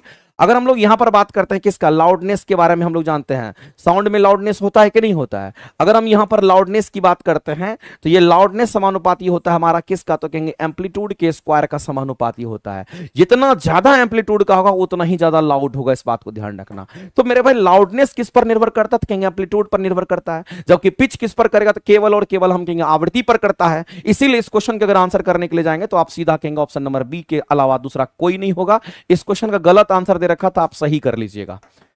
इस क्वेश्चन का जो आंसर दे रखा था वो आपका रॉन्ग दे रखा था, लेकिन आपको सही कर लेना। आगे चलते हैं मेरे भाई। किसी तारे के द्वारा उत्सर्जित, अगर तारा बोले या फिर आपको सूर्य बोले, सूर्य और तारा के द्वारा जो उत्सर्जित प्रकाशीय किरणें होती है उसमें न्यूक्लियर फ्यूजन रिएक्शन होता है। ये बात आपको ध्यान रखना है। नाभिक संलयन अभिक्रिया होती है, सूर्य में भी संलयन होता है और तारा में भी हमारा संलयन होता है। इस बात को ध्यान रखना मेरे। तो यहां पर फ्यूजन की बात करेंगे। यहां तो बर्निंग वर्निंग दे रखा है, तो हमारा ऐसे भी नहीं होगा। तो कहेंगे नाभिक के मिलने से, और फ्यूजन में हम लोग जानते हैं कि छोटे छोटे नाभिक मिलकर के बड़े नाभिक का निर्माण करता है, उसको हम लोग फ्यूजन रिएक्शन कहते हैं। इसीलिए नाभिकों के मिलन बोला है, यानी कि फ्यूजन ऑफ न्यूक्लियस बोला है। इस बात को ध्यान रखना। छोटे छोटे नाभिक क्या होते हैं? तो छोटे छोटे नाभिक मिलकर के बड़े नाभिक का निर्माण करते हैं। इसको हम लोग यहां पर नाभिकीय संलयन अभिक्रिया के नाम से जानते हैं। और नाभिकीय संलयन हमारा कहां पे होता है? तारा में भी होगा, स्टार में भी होगा, साथ साथ सूर्य में भी होता है। आगे चलता है। निम्नलिखित में कौन सा कथन हमारा अर्धचालक में विद्युत चालन के लिए सत्य है? तो मेरे भाई इस बात को आप ध्यान रखना। दो तीन चीज हम आपको बताते हैं। विद्युत धारा के प्रवाह की अगर हम बात करते हैं, और मैंने बताया भी था क्लास वगैरह में, अगर हम विद्युत धारा के प्रवाह की बात करते हैं तो विद्युत धारा का जो प्रवाह हमारा होता है, इसके रीजन आप समझिएगा। विद्युत धारा का प्रवाह मेरे भाई अगर किसी चालक में होता है, किसमें होगा? किसी कंडक्टर में होता है या किसी चालक में होता है, तो याद रखना मुक्त इलेक्ट्रॉन के कारण होता है। सबसे पहला क्वेश्चन ये है, किसके कारण होगा? तो इलेक्ट्रॉन नहीं बोलेंगे, इसको मुक्त इलेक्ट्रॉन कहेंगे। ये इसके कारण, तो चालक में विद्युत धारा का प्रवाह होगा तो मुक्त इलेक्ट्रॉन के कारण होगा। दूसरी बात मेरे भाई आपको ध्यान रखना है कि किसी अर्धचालक की अगर बात कर लेता है, किसी सेमीकंडक्टर की बात कर लेता है, सेमीकंडक्टर की बात कर, अर्धचालक की बात करता है, तो याद रखना इसमें हमारा मुक्त इलेक्ट्रॉन तो होगा ही होगा, इसमें मुक्त इलेक्ट्रॉन तो होगा ही होगा। मुक्त इलेक्ट्रॉन के साथ साथ इसमें याद रखना मेरे भाई होल्स के कारण भी होता है। किस कारण? तो होल्स के कारण भी होता है। जैसे अगर किसी भी सेमीकंडक्टर को अगर देखिएगा तो सेमीकंडक्टर हमारा पी टाइप और एन टाइप होता है, उसमें आप देखिएगा होल भी होता है, ऐसे करके होल भी होगा। और उसी में क्या होगा? तो इलेक्ट्रॉन भी हमारा होता है, इलेक्ट्रॉन भी हमारा होता है, इलेक्ट्रॉन भी हमारा मौजूद होता है। इसको तो अगर कोई सेमीकंडक्टर सेमीकंडक्टर है तो उस सेमीकंडक्टर चालक में हमारा होल भी होता है और यहां पर इलेक्ट्रॉन भी होता है, और दोनों के द्वारा वहां पर हमारा क्या होता है, कहेंगे विद्युत धारा प्रवाह होता है। तो इसमें हमारा अर्धचालक में मुक्त इलेक्ट्रॉन के साथ साथ हम होल्स दोनों कहेंगे, इस बात को ध्यान रखना मेरे भाई। और तीसरा जो स्टेटमेंट हमारा है, किसी सॉल्यूशंस की हम बात करते हैं, हम किसी विलयन की बात करते हैं, किसी सॉल्यूशन की बात करते हैं, तो याद रखना है अगर हम किसी विलयन की बात करते हैं, किसी सॉल्यूशन की बात करते हैं, इसमें विद्युत धारा का प्रवाह किसके कारण होगा, तो कहेंगे यहां पे आयंस के कारण होता है, ये आयन से कारण हमारा विद्युत धारा का प्रवाह होता है। मेरे भाई मुझे लगता है कि इतना बात आपको कहीं ना कहीं बुझा गया होगा, और बहुत ही प्यार से इतनी बात को आपको ध्यान में रखना है, और क्वेश्चन में अगर पूछता है तो यहीं से क्वेश्चन आपका आता है। तो आपसे अर्धचालक के बारे में बोला गया है, तो बताइए इस क्वेश्चन के आंसर क्या करेंगे। अगर अर्धचालक बोला तो आंसर क्या करोगे, अर्धचालक बोला तो आंसर क्या करोगे, सत्य को ढूंढना है। तो आप सीधा कहोगे सर तो इसमें इलेक्ट्रॉन और होल्स दोनों हो जाएगा, यानी ऑप्शन नंबर सी के साथ जाएंगे, और सी ऑप्शन ही हमारा क्या होगा, तो कहेंगे राइट होगा, क्योंकि इसमें दोनों हमारा मौजूद होता है। अगर एन टाइप सेमीकंडक्टर होता है तो उसमें याद रखना इलेक्ट्रॉन की संख्या ज्यादा, होल की संख्या कम होती है। अगर पी टाइप सेमीकंडक्टर होता है तो होल ज्यादा होगा, हमारा इलेक्ट्रॉन्स कम होता है। बस यही हमारा वहां पर फंडा होता है, और दूसरा कोई फंडा नहीं है। तो इतना चीज आपको याद रखना चाहिए। अगला कहता है ध्वनि तरंगों से संबंधित हमारे कौन से स्टेटमेंट सही है, वो आपको बताने हैं। एक बात बताइए मेरे भाई, हम अगर ध्वनि तरंग की अगर बात करते हैं, सबसे अधिक ध्वनि की गति कहां होती है। अगर हम ध्वनि की अगर बात करते हैं तो एक बात जान लीजिए मेरे भाई कि ध्वनि की अगर बात करते हैं, ध्वनि का जो गमन होता है वो कैसे होता है। याद रखना ध्वनि जो गमन करती है वो हमारा, इस बात को ध्यान रखना, जब भी ध्वनि कभी भी चलेगा तो ध्वनि जब गमन करता है डिस्टरबेंस के कारण गमन करता है, इस बात को हमेशा याद रखना। ये किसके कारण करेगा, तो कहेंगे सीधा कहेंगे ये हमारा डिस्टरबेंस के कारण हमारा ध्वनि गति करती है, ये बात आपको ध्यान रखना है। दूसरी बात ध्यान रखना मेरे भाई कि जो ध्वनि हमारा होता है इसको गमन करने के लिए क्या चाहिए, तो इसको गमन करने के लिए माध्यम चाहिए। इसको गमन करने के लिए क्या चाहिए, इसको गमन करने के लिए क्या चाहिए मेरे भाई, तो सीधा कहना कि माध्यम चाहिए, माध्यम चाहिए। और माध्यम का मतलब क्या होता है, माध्यम का मतलब या तो ठोस होता है, माध्यम का मतलब या तो द्रव होता है, और माध्यम का मतलब या तो मेरे भाई यहां पर कहेंगे गैस होता है। कभी भी किसी मीडियम की बात करता है तो याद रखना ठोस, द्रव और गैस तुरंत बोलना, माध्यम का मतलब है ये चीज होता है। और हम सभी लोग जानते हैं कि ध्वनि की गति की अगर बात करते हैं, ये जो ध्वनि की गति होती है सबसे अधिक किस माध्यम में होती है, तो ध्वनि की गति सबसे अधिक हमारा ठोस माध्यम में होता है। उसके बाद किसमें, तो द्रव में होता है। कि एक बच्चा को पता होगा सबसे हमारा अगर गति कम होता तो कहेंगे वो हमारा गैसियस मीडियम में कम होता है, लेकिन सबसे अधिक ध्वनि की गति कहां होगी, तो कहेंगे ठोस में होता है। तो अगला इसमें क्वेश्चन बोला गया ध्वनि तरंग के बारे में पूछा गया, और ध्वनि तरंग मेरे भाई अनुदैर्ध्य तरंग होता है, उसको भी आप याद रखिएगा। और अनुदैर्ध्य तरंग जो होता है हमारा यांत्रिक तरंग, सॉरी यांत्रिक तरंग होता है। ये कैसी तरंगें हैं, तो ये इसको भी याद रखना, क्योंकि क्वेश्चन अगर एग्जाम में नहीं आया है तो पूछने की संभावना है। ये अनुदैर्ध्य तरंग हमारा होता है, इस बात को ध्यान। और अनुदैर्ध्य तरंग कैसी तरंग होती है याद रखिएगा, ये मेरे भाई बीपीएससी क्वेश्चन पूछ सकते हैं। ये यांत्रिक तरंगों में बार बार रिपीट कर रहा हूं क्योंकि क्वेश्चन आने की संभावना बहुत ज्यादा होता है, ये लाइन पूछने की संभावना बहुत ज्यादा है, ध्यान रखना। हम लोग बात करते हैं, जब हम पहला स्टेटमेंट हमारा दे रखा है, पहला स्टेटमेंट हमारा क्या दे रखा है, कहता है कि कथन 1 को पढ़ते हैं और कहता है कि जब हम ठोस से गैसीय अवस्था में जाते हैं तो ध्वनि की गति कम हो जाती है। बिल्कुल सही स्टेटमेंट है, ठोस में ज्यादा, हम कहेंगे गैस में कम होता है। अगले स्टेटमेंट को पढ़ते हैं, जब किसी भी माध्यम में जैसे ही हम तापमान को कम करते हैं तो ध्वनि की गति बढ़ जाती है। जबकि हम लोग जानते हैं मेरे भाई कि ध्वनि की गति को बढ़ाने के लिए एक तो हमारा ये तो होता ही होता है, दूसरा बात याद रखना मेरे भाई कि जब कभी भी आप 1 डिग्री सेंटीग्रेड तापमान की बात करते हैं, 1 डिग्री सेंटीग्रेड तापमान अगर आप बढ़ाते हो तो ध्वनि की गति कितने से बढ़ती है, तो ध्वनि की गति 0.61 मीटर पर सेकंड से हमारा बढ़ जाता है, इस बात को ध्यान रखना। तो अगर 1 डिग्री तापमान बढ़ाते हैं तो इतने से बढ़ जाता है, इसका मतलब कभी भी तापमान बढ़ेगा तो ध्वनि की गति बढ़ती है, इस बात को ध्यान रखना। जबकि यहां कह रहा है कि किसी माध्यम में जैसे ही तापमान को हम कम करते हैं, तो मेरे भाई जब हम यहां पर कह रहे हैं कि तापमान को बढ़ाएंगे तो ध्वनि की गति बढ़ती है, तो यहां पर तापमान को अगर कम करेंगे तो क्या होगा, तापमान को कम करेंगे तो ध्वनि की गति कम हो जाएगी। तो यहां कह रहा है कि तापमान को अगर कम करते हैं तो ध्वनि की गति बढ़ जाएगी, जो कि हमारा गलत दे रखा है। बढ़ने से बढ़ता है, घटने से घटता है, तो यहां हमारा घटने से क्या होगा, तो कहेंगे घटना चाहिए था, तो ये हमारा गलत स्टेटमेंट है, पहला हमारा सही था।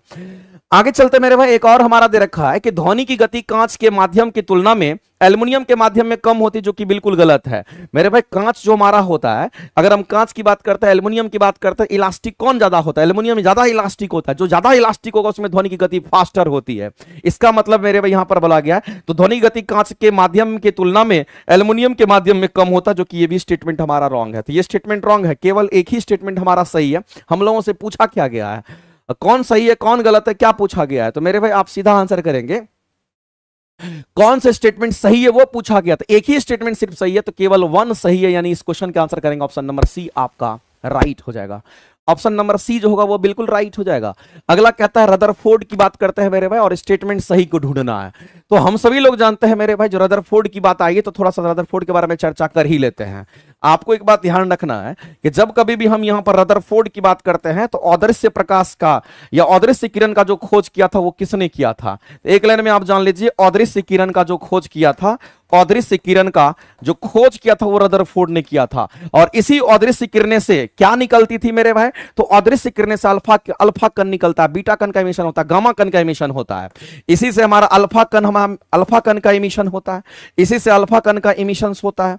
इसी से और क्या होगा कहेंगे, यहां पर बीटा कण का इमिशन होता है, ये इसी से बीटा कण का इमिशन होगा। और इसी से याद रखना मेरे भाई कि यहां पर गामा कण का भी इमिशन हमारा होता है, इसी से गामा कण का भी इमिशन होता है। अगर अल्फा कण के इमिशंस की अगर हम बात करते हैं, यदि अल्फा कण के इमिशंस की बात करते हैं तो मेरे भाई याद रखना ये पॉजिटिवली चार्ज होता है। ये कैसा था? पॉजिटिवली। और बीटा कण हमारा कैसा होता है? याद रखना ये नेगेटिवली हमारा चार्ज होता है। जबकि याद रखना मेरे भाई गामा में कोई चार्ज नहीं होता, ये हमारा चार्जलेस होता है। ये बात आपको ध्यान रखना है। अगर हम यहां पर अल्फा कण की बात करते हैं तो मेरे भाई अल्फा कण को हम लोग किससे दिखाते हैं? तो याद रखना हीलियम 2+ से हम लोग दिखाते हैं। इस बात को ध्यान रखना, चूंकि अल्फा कण का जो निर्माण होता है, इस अल्फा कण का जो निर्माण हुआ वो किससे हुआ? तो अल्फा कण का जो निर्माण हुआ है वो 2 प्रोटॉन और 2 न्यूट्रॉन के मिलने से निर्माण हुआ है। अगर 2 प्रोटॉन और 2 न्यूट्रॉन के मिलने से बना हुआ है, इसका मतलब इसकी परमाणु संख्या हीलियम की कितनी होती है? 2 होती है। तो कहेंगे परमाणु संख्या अगर 2 होता है तो प्रोटोनों की संख्या भी 2 होगी, 2 प्रोटॉन हमारा है। इसका न्यूट्रॉन अगर 2 में 2 जोड़ देंगे तो हमारा द्रव्यमान संख्या 4 हो जाएगा। इसका मतलब कहीं ना कहीं ये होगा। और दूसरी बात, अगर हम हीलियम 2+ की अगर बात करते हैं या हीलियम की अगर बात करते हैं, उसका द्रव्यमान संख्या कितना होता है? 4 AMU होता है। इस बात को आप ध्यान रखेंगे। और दूसरी बात मेरे भाई, इसके स्टेटमेंट के बारे में हम लोग पढ़ते हैं तो रदरफोर्ड ने अल्फा स्कैटरिंग भी करवाया था। रदरफोर्ड ने अल्फा स्कैटरिंग करा करके न्यूक्लियस का खोज किया था। ये बात सभी लोगों को पता होगा। और नाभिक हमारे भारी कणों के होते हैं, बिल्कुल सही बात है मेरे भाई। जब न्यूक्लियस की हम बात करते हैं, ये न्यूक्लियस है जिसमें न्यूट्रॉन भी होता है और इसमें प्रोटॉन भी होता है। और हम लोग जानते हैं कि मास ऑफ न्यूट्रॉन और मास ऑफ प्रोटॉन आपस में बराबर होता है, जबकि इलेक्ट्रॉन का मास काफी कम होता है इन दोनों के कंपैरिजन में। तो इन दोनों का मास बहुत ज्यादा होता है, इसलिए इसको भारी कण के नाम से हम लोग जानते हैं। नाभिक में भारी कण मौजूद होते हैं जो कि न्यूट्रॉन और प्रोटॉन होते हैं, और इन दोनों के बीच में जो बल लगता है उसको नाभिक के बल कहते हैं, जो कि स्ट्रॉन्ग फोर्स होता है। अगला कहता है नाभिक हमारा कैसा आवेशित होगा? तो धन आवेशित होगा, क्योंकि हम लोग जानते हैं प्रोटॉन पर हमारा पॉजिटिव चार्ज होता है, न्यूट्रॉन पर तो कोई आवेश ही नहीं होता। कंप्लीट रूप से हम कहेंगे हमारा पॉजिटिवली चार्ज होता है। और तीसरी बात याद रखना मेरे भाई, नाभिक जो होते हैं हमारे, ये अस्थायी भी होते हैं। नाभिक हमारा अस्थायी भी होता है और नाभिक हमारा अस्थायी भी होता है। एक एक बच्चे को पता होगा। अगर हम न्यूक्लियस की अगर हम बात करते हैं तो न्यूक्लियस हमारा अस्थायी और अस्थायी दोनों होता है। यह अस्थायी भी होता है और हमारा कैसा होगा? कहीं अस्थायी भी होता है। अगर किसी का न्यूक्लियस अस्थायी है तो याद रखना उसको रेडियो एक्टिव एलिमेंट कहते हैं। अगर किसी का अगर न्यूक्लियस अस्थायी हुआ तो उसको क्या कहते हैं? उसको हम लोग रेडियो एक्टिव एलिमेंट कहते हैं। ये बात हम लोग पढ़ते हैं मेरे भाई, हम लोग केमिस्ट्री में भी हम लोग देखे थे। अगर न्यूक्लियस की बात करते हैं तो न्यूक्लियस हमारा अस्थायी और अस्थायी दोनों होता है। ये बात आपको ध्यान रखना। अगर अस्थायी हो गया, अगर अस्थायी हो गया, इसका मतलब है मेरे भाई आप सीधा समझ लीजिए कि वह एक रेडियो एक्टिव एलिमेंट होगा, नहीं तो हमारा फिर वो नॉर्मल एलिमेंट की बात करते हैं। 118 को तत्व हमारा होता है, उसमें हमारे कैसे तत्व होते हैं? तो रेडियो एक्टिव एलिमेंट होते हैं, जो कि 84 से ऊपर लगभग रेडियो एक्टिव एलिमेंट ही होता है। तो यहां पर नाभिक अस्थायी कह रहा है, तो मेरे भाई नाभिक हमेशा अस्थायी नहीं होता, नाभिक अस्थायी और अस्थायी दोनों होता है। लेकिन ये दोनों स्टेटमेंट हमारा राइट है, ये दोनों स्टेटमेंट हमारा राइट है। पहला और दूसरा दोनों सही है। देखते हैं इस क्वेश्चन का जो आंसर दिया है वो हमारा क्या दिया है। क्वेश्चन नंबर आपका 14 चल रहा है, तो 14 नंबर क्वेश्चन का आंसर जो दिया है उपयुक्त में से एक से अधिक लिखा है। इसका मतलब है कि नाभिक अस्थायी भी होता है। यहीं पर मेरे भाई आप मेंशन कर लीजिए, तभी ये सही मानेंगे इसको। नाभिक अस्थायी और अस्थायी दोनों होता है, इस बात को याद रखिएगा। नाभिक जो हमारा होता है ये अस्थायी भी होता है, और अस्थायी और अस्थायी का कंडीशन होता है। अस्थायी कब होगा? जब न्यूट्रॉन और प्रोटॉन का रेशियो हमारा 1 से लेकर के 1.5 तक होता है। अगर इसमें अस्थायी कब होगा? जब न्यूट्रॉन और प्रोटॉन का जो रेशियो होता है वो ग्रेटर देन हमारा 1.5 होता है। निकाल के देख लीजिएगा, सभी एलिमेंट का आपको पता चल जाएगा। तो ये अस्थायी के साथ अस्थायी दोनों होता है, और इसको क्वेश्चन को सही मान के चला है। यानी कहने का मतलब आप सीधा समझ लीजिए कि ये अगर हम यहां पर लगा दिए कि अस्थायी अस्थायी दोनों है, तो इसको भी सही मान के चलिएगा। हम आपको अपने जानकारी के लिए हम आपको बता दिए, ये भी हमारा तब सही होगा। तो ये तीनों स्टेटमेंट सही हो जाएंगे। जब तीनों स्टेटमेंट सही होगा तब हम लोग डी आंसर करेंगे। और हमारा जो आंसर दे रखा था इस क्वेश्चन का, डी दे रखा था, और डी तभी होगा जब नाभिक अस्थायी और अस्थायी दोनों होता है। चूंकि ये दोनों होता है, इस बात को ध्यान रखना, अस्थायी भी होता है। और अगर इसमें बोलता कि नाभिक केवल अस्थायी होता तब गलत हो जाता, लेकिन नाभिक अस्थायी है तो अस्थायी भी होता है। आगे चलते हैं मेरे भाई, अगला क्वेश्चन की हम बात। और रदरफोर्ड अल्फा का सिद्ध किया था, अच्छा, अल्फा कण की अगर बात कर रहा तो अल्फा कण किसको कह रहा है? यहाँ हीलियम की बात कर रहा है। और हम सभी लोग जानते हैं हीलियम का अस्थाई न्यूक्लियस अस्थाई होता है। हीलियम का न्यूक्लियस अस्थाई होता है, उसके हिसाब से आंसर करेंगे। क्योंकि अल्फा कण के विक्षेपण का प्रयोग सिद्ध किया था, तो अल्फा कण की अगर बात करते हैं तो अल्फा कण कहने का मतलब हीलियम 2+ की बात करते हैं। और हीलियम 2+ की बात करेंगे तो हीलियम का नाभिक अस्थाई होता है, क्योंकि वो कोई रेडियो एक्टिव एलिमेंट हमारा होता नहीं है। इस बात को ध्यान, इसीलिए इस क्वेश्चन के आंसर इसी बेसिस पर हमारा अस्थाई को सही माना है। इसी बेसिस पर इस क्वेश्चन को क्या माना है? तो सही माना है। समझ में आ गया होगा, शायद कोई दिक्कत नहीं होगा। तो उपयुक्त में से एक साथी क्यों हुआ वो बात आपको पता चल गया। अगला स्टेटमेंट कह रहा मेरे भाई कि बताइए कौन सा स्टेटमेंट है? टिंडल प्रभाव जो हमारा होता है, जब भी टिंडल की बात करता है, टिंडल इफेक्ट कहां देखने को मिलता है? तो आप एक बात ध्यान रखिएगा मेरे भाई, जब कभी भी हम किसकी बात करते हैं तो टिंडल इफेक्ट की बात करते हैं। ये टिंडल इफेक्ट कहां देखने को मिलता है? तो याद रखना, ये टिंडल इफेक्ट आपको कहां देखने को मिलेगा? तो ये हमारा कोलाइड्स में होता है। ये कहां पे? तो याद रखना, ये कोलाइड्स में होता है। ये किसमें? तो कहेंगे ये हमारा कोलाइड्स में होता है। ये बात आपको ध्यान रखना, ये कोलाइड्स में हमारा टिंडल इफेक्ट देखने को मिलता है। तो टिंडल इफेक्ट कहां देखने को मिलता है? तो कहेंगे कोलाइड्स में। और कोलाइड्स में हमारा क्या होता है? प्रकाश का प्रकीर्णन होता है। इसमें प्रकाश का क्या होगा? तो कहेंगे यहां पर प्रकीर्णन होता है। इस बात को ध्यान रखना मेरे भाई, प्रकाश के प्रकीर्णन का मेन रीजन है। अगर टिंडल इफेक्ट देखने को मिलता है तो इसका मेन रीजन प्रकाश का प्रकीर्णन होता है। आपसे क्वेश्चन क्या पूछा, कौन सा सही है? तो आप कहेंगे ध्रुवीकरण नहीं कहेंगे, विवर्तन भी नहीं कहेंगे, परावर्तन भी नहीं कहेंगे, हम लोग प्रकीर्णन के कारण कहेंगे। तो ये सही है। ये गलत, ये गलत, ये गलत, केवल और केवल ये सही होता है। ठीक है। कोलाइड का जो साइज होता है मेरे पे, कोलाइड के साइज से अगर बड़ा साइज होता है उसको सस्पेंशन कहते हैं। अब कोलाइड का साइज हमारा ये है, इस बात को ध्यान रखना। अब यहां पर बात आता है, कोलाइड के साइज से भी अगर छोटा होता है उसको ट्रू सॉल्यूशन के नाम से हम लोग जानते हैं। तो ये कोलाइड हमारा इसमें साइज होता है, ये तैरते रहता है। इस बात को ध्यान रखना, हेट्रोजीनियस मिक्सचर होता है। कोलाइड कैसा होता है मेरे भाई? तो ये विषमांगी मिश्रण होता है, इसको आप ध्यान रखेंगे। ये विषमांगी मिश्रण होता है, एक समांगी होता है, दूसरा विषमांगी होता है। विषमांगी मिश्रण में हमारा कौन कौन आता है? तो याद रखना, कोलाइड्स और सस्पेंशन दोनों आता है। तो सस्पेंशन में हमेशा प्रकाश का प्रकीर्णन नहीं होता है। अगर हमारा प्रकाश का प्रकीर्णन अगर हमेशा होता है तो वो किस में होगा? तो याद रखना, वो कोलाइड्स में होता है। जैसे हमारा ब्लड भी कोलाइड्स है, हमारा ब्लड भी कोलाइड्स है, दूध भी कोलाइड्स है, आइसक्रीम भी कोलाइड्स है। इस बात को याद रखिएगा। तो मेरे भाई, ऐसी परिस्थिति में केवल और केवल ये सही है। तो आपसे पूछा क्या गया, कौन सा स्टेटमेंट सही है? तो ये तो सही नहीं है, गलत हो गया। पहला ऑप्शन को आप क्या कीजिएगा? काट दीजिएगा। सही नहीं है, गलत है, गलत है, गलत है। केवल और केवल कौन सा स्टेटमेंट सही है? तो केवल और केवल ये वाला स्टेटमेंट सही है टिंडल के लिए। तो किसको आंसर करेंगे? उपयुक्त में से कोई नहीं, कोई ऑप्शन ही नहीं दे रखा है। इस क्वेश्चन का आंसर तब ई लगाइएगा। ऑप्शन क्या लगाना है? तो आप ई के साथ जाएंगे। किसी को कोई दिक्कत है तो बता दीजिए। चलिए आगे। अगला अभिक्रिया दे रखा है, तो आसान सा अभिक्रिया है मेरे भाई, और ये आपको एकल विस्थापन अभिक्रिया की बात कर रहे हैं। हम किसकी बात कर रहे हैं? तो हम यहां पर एकल विस्थापन अभिक्रिया की बात कर रहे हैं मेरे भाई। इस बात को ध्यान रखना, यहां पर जो कुछ भी हम बात कर रहे हैं वो एकल विस्थापन अभिक्रिया की हम बात कर रहे हैं। एक लाइन में आप जान लीजिए, अगर एकल विस्थापन अभिक्रिया की अगर हम बात करते हैं, ये जो हमारा एकल विस्थापन अभिक्रिया होता है, इसमें क्या होता है? जो ज्यादा रिएक्टिव होता है वो कम रिएक्टिव को धक्का मार करके बाहर कर देता है। जैसे कि आप यहां पर देख रहे होंगे, ये जो आयरन हमारा है ना, ये ज्यादा रिएक्टिव होता है किससे? कॉपर से। इसीलिए ये रिएक्शन संभव है हमारा। तो आयरन हमारा क्या किया? तो कहेंगे कॉपर सल्फेट की बात करते हैं, उसके सॉल्यूशन में क्या करा? रिएक्शन जब कराए तो ये आयरन कॉपर को धक्का दिया, बेचारा कॉपर बाहर हो गया और ये आयरन सल्फेट बना लिया, FeSO4 का निर्माण कर लिया और कॉपर बेचारा बाहर हो गया। इसलिए इसको डिस्प्लेसमेंट रिएक्शन एकल विस्थापन अभिक्रिया कहते हैं। तो ऐसी परिस्थिति में ये हमारा होगा। लेकिन आपको ध्यान रखना मेरे भाई कि कौन हमारा किसका क्या हुआ है। तो अगर हम आयरन की बात करते हैं तो आयरन से आयरन सल्फेट बन गया, इसका मतलब कहीं ना कहीं ऑक्सीजन गेन किया है, इसका मतलब इसमें ऑक्सीजन की वृद्धि हो गई। और जब कभी भी ऑक्सीजन की वृद्धि होती है तो याद रखना, इसको ऑक्सीडेशन कहते हैं, और ऑक्सीडेशन कहते हैं। और जब कभी भी ऑक्सीडेशन होता है तो याद रखना, इसमें रिड्यूसिंग एजेंट काम करता है। इसमें रिड्यूसिंग एजेंट काम करता है। इस बात को, रिड्यूसिंग एजेंट हमारा कौन होगा? तो आयरन हमारा होगा। इसीलिए मेरे भाई लोहा जो है, ये जो आयरन हमारा रिड्यूसिंग एजेंट है, ये स्टेटमेंट हमारा सही है। अगला कहता है कि अभिक्रिया के पश्चात विलयन का रंग हमारा हरा हो जाता है, और आयरन सल्फेट का रंग तो हरा होता ही है। इसका मतलब ये भी स्टेटमेंट सही है।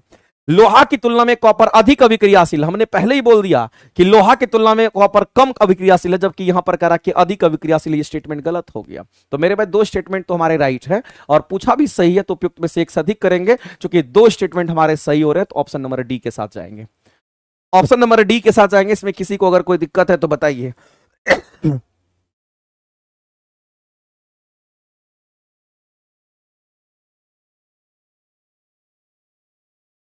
अच्छा, कौन सा कथन सही नहीं है पूछा है? कौन सा कथन सही नहीं है पूछा है, तो कौन सा यहां लगा हुआ, कौन सा कथन सही नहीं है पूछा गया है, तो कौन सा कथन सही नहीं, तो ऑप्शन नंबर सी तब जाएंगे। कौन सा कथन सही नहीं है वो पूछा गया था, सॉरी। ठीक है, चलिए आगे चलते हैं। अगला कहता है कि कौन सा कथन क्षारीय धातु की बात कर रहा है। जब कभी भी आपसे क्षारीय धातु की बात करता है तो हम लोग जानते हैं क्षारीय धातु, क्षारीय मृदा धातु। तो मेरे भाई एक बात आपसे हम जानना चाहते हैं, अगर हम क्षारीय धातु की अगर हम बात करते हैं तो आप एक लाइन में जानते होंगे कि जो क्षारीय धातु हमारे होते हैं, अगर क्षारीय धातु की अगर हम बात करते हैं तो आपको याद रखना है कि हम लोग पीरियोडिक टेबल में देखेंगे तो इसको हम लोग ग्रुप 1 में पाएंगे। इस बात को आप सभी लोग जानते होंगे, ये फर्स्ट ग्रुप का हमारा एलिमेंट होता है। और इसी में हम लोग पढ़ते हैं, अगर धातु की बात करते हैं तो हली ना करब सस फरियाद। और याद रखना मेरे भाई, जब हम लोग ऊपर से नीचे की तरफ, समझना बहुत ही अच्छा कंसेप्ट, इस बात को ध्यान रख, जब हम लोग ऊपर से नीचे की तरफ जाते हैं तो उसका एटॉमिक साइज क्या होता है, तो कहेंगे यहां पर हमारा बढ़ता है। तो जैसे से हम आगे बढ़ेंगे इलेक्ट्रॉन बढ़ते जाएगा, इसका मतलब है एटॉमिक साइज बढ़ेगा। तो हम सीधा कहेंगे सर ऊपर से नीचे जाने पर इसका एटॉमिक साइज बढ़ेगा, यानी एटॉमिक रेडियस बढ़ेगा। अगर एटॉमिक साइज बढ़ेगा तो मेरे भाई जाहिर सी बात है एटॉमिक साइज बढ़ेगा, इसका मतलब इलेक्ट्रॉन इलेक्ट्रॉन के बीच की दूरी बढ़ेगी। जब दोनों के बीच की दूरी बढ़ेगी तो याद रखना मेरे भाई, कहेंगे दोनों के बीच में जो स्वसंजक बल हमारा लग रहा था, क्योंकि इलेक्ट्रॉन इलेक्ट्रॉन हमारा सेम सेम मॉलिक्यूल्स है, तो उसके बीच में कैसा बल लगेगा, तो कहेंगे स्वसंजक बल लगता है। इसके बीच में हमारा कैसा बल लगेगा, तो कहेंगे यहां पर स्वसंजक बल जो हमारा होगा वो कमजोर हो जाएगा, क्योंकि दूर अगर होता जाएगा तो दूरी ज्यादा तो बल कम हो जाएगा, तो कहेंगे स्वसंजक बल हमारा कम होगा। और जैसे ही मेरे भाई स्वसंजक बल हमारा कम होगा तो कहेंगे ऐसी परिस्थिति में हमारा क्या हो जाएगा, कहेंगे स्वसंजक बल कम हुआ तो कहेंगे यहां पर हमारा विभव भी हमारा कम हो जाता है, या फ्रीजिंग पॉइंट की बात करते हैं वो भी हमारा कम हो जाता है। हम किसकी बात करते हैं, तो हम हिमांक बिंदु की बात करते हैं, फ्रीजिंग पॉइंट की बात करते हैं, ये भी हमारा कम हो जाता है। इस बात को ध्यान रखना, फ्रीजिंग पॉइंट भी हमारा कम हो जाता है। सिर्फ फ्रीजिंग पॉइंट ही कम नहीं होगा, आयनन विभव की बात करते हैं, ये भी हमारा आयनेशन एनर्जी भी हमारा कम हो जाता है। तो मेरे भाई इस बात को आप ध्यान रखना, अगर हम आपसे कहना चाहते हैं कौन सा हमारा इसके बारे में सही नहीं बोला गया, इस पर फोकस करिएगा। कह रहा है कौन सा स्टेटमेंट सही नहीं है, तो हम कह रहे हैं कि जब हम ऊपर से नीचे की तरफ जाते हैं, क्षारीय धातु की हम बात कर रहे हैं, तो उसका हिमांक जो होता है वो निम्न क्यों होता है, फ्रीजिंग पॉइंट उसका निम्न क्यों हो गया, क्योंकि मेरे भाई जैसे हम नीचे की ओर बढ़ेंगे, क्योंकि यही हमारा क्षारीय धातु होता है, तो ऐसी परिस्थिति में एटॉमिक साइज बड़ा होगा तो हम कहेंगे इलेक्ट्रॉन्स दूर दूर होंगे, सोचने का बल उसके बीच में हमारा कम लगेगा, ये बल कम लगेगा तो ये दोनों चीज कम हो जाएगा। इसका मतलब ये हिमांक निम्न होता है, इसमें कोई दिक्कत नहीं है। आयनन विभव हमारा निम्न होना चाहिए, सॉरी यहां पर उच्च दे रखा है, ये उच्च दे दिया, इसको काट देंगे, निम्न होना चाहिए था। आयनन विभव कैसा होना चाहिए मेरे भाई, तो कहेंगे यहां पर निम्न होना चाहिए। हम लोग जानते भी है कि जब हम लोग डाउन द ग्रुप जाते हैं तो आयनन विभव का मान बढ़ता है, जब लेफ्ट से राइट की तरफ जाते हैं तो हम लोग क्या करते हैं, आयनन विभव का मान बढ़ता है। ऊपर से नीचे जाते हैं तो आयनन विभव का मान घटता है, और जब लेफ्ट से राइट जाते हैं तो आयनन विभव का मान हमारा बढ़ता है। ये बात हम सभी लोग जानते हैं, इसलिए इस परिस्थिति में तो ये आप कह ही सकते हैं, और ये कंसेप्ट भी बता दिया आपको।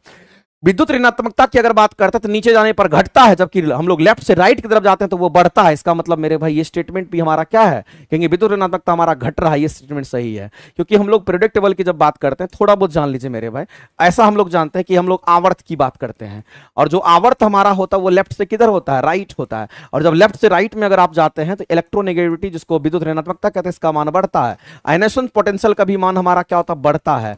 इलेक्ट्रॉन एफिनिटी का भी मान बढ़ता है, जबकि अगर वो उधर बढ़ेगा तो इधर हमारा क्या होगा, तो इलेक्ट्रोनेगेटिविटी का मान हमारा घटता है।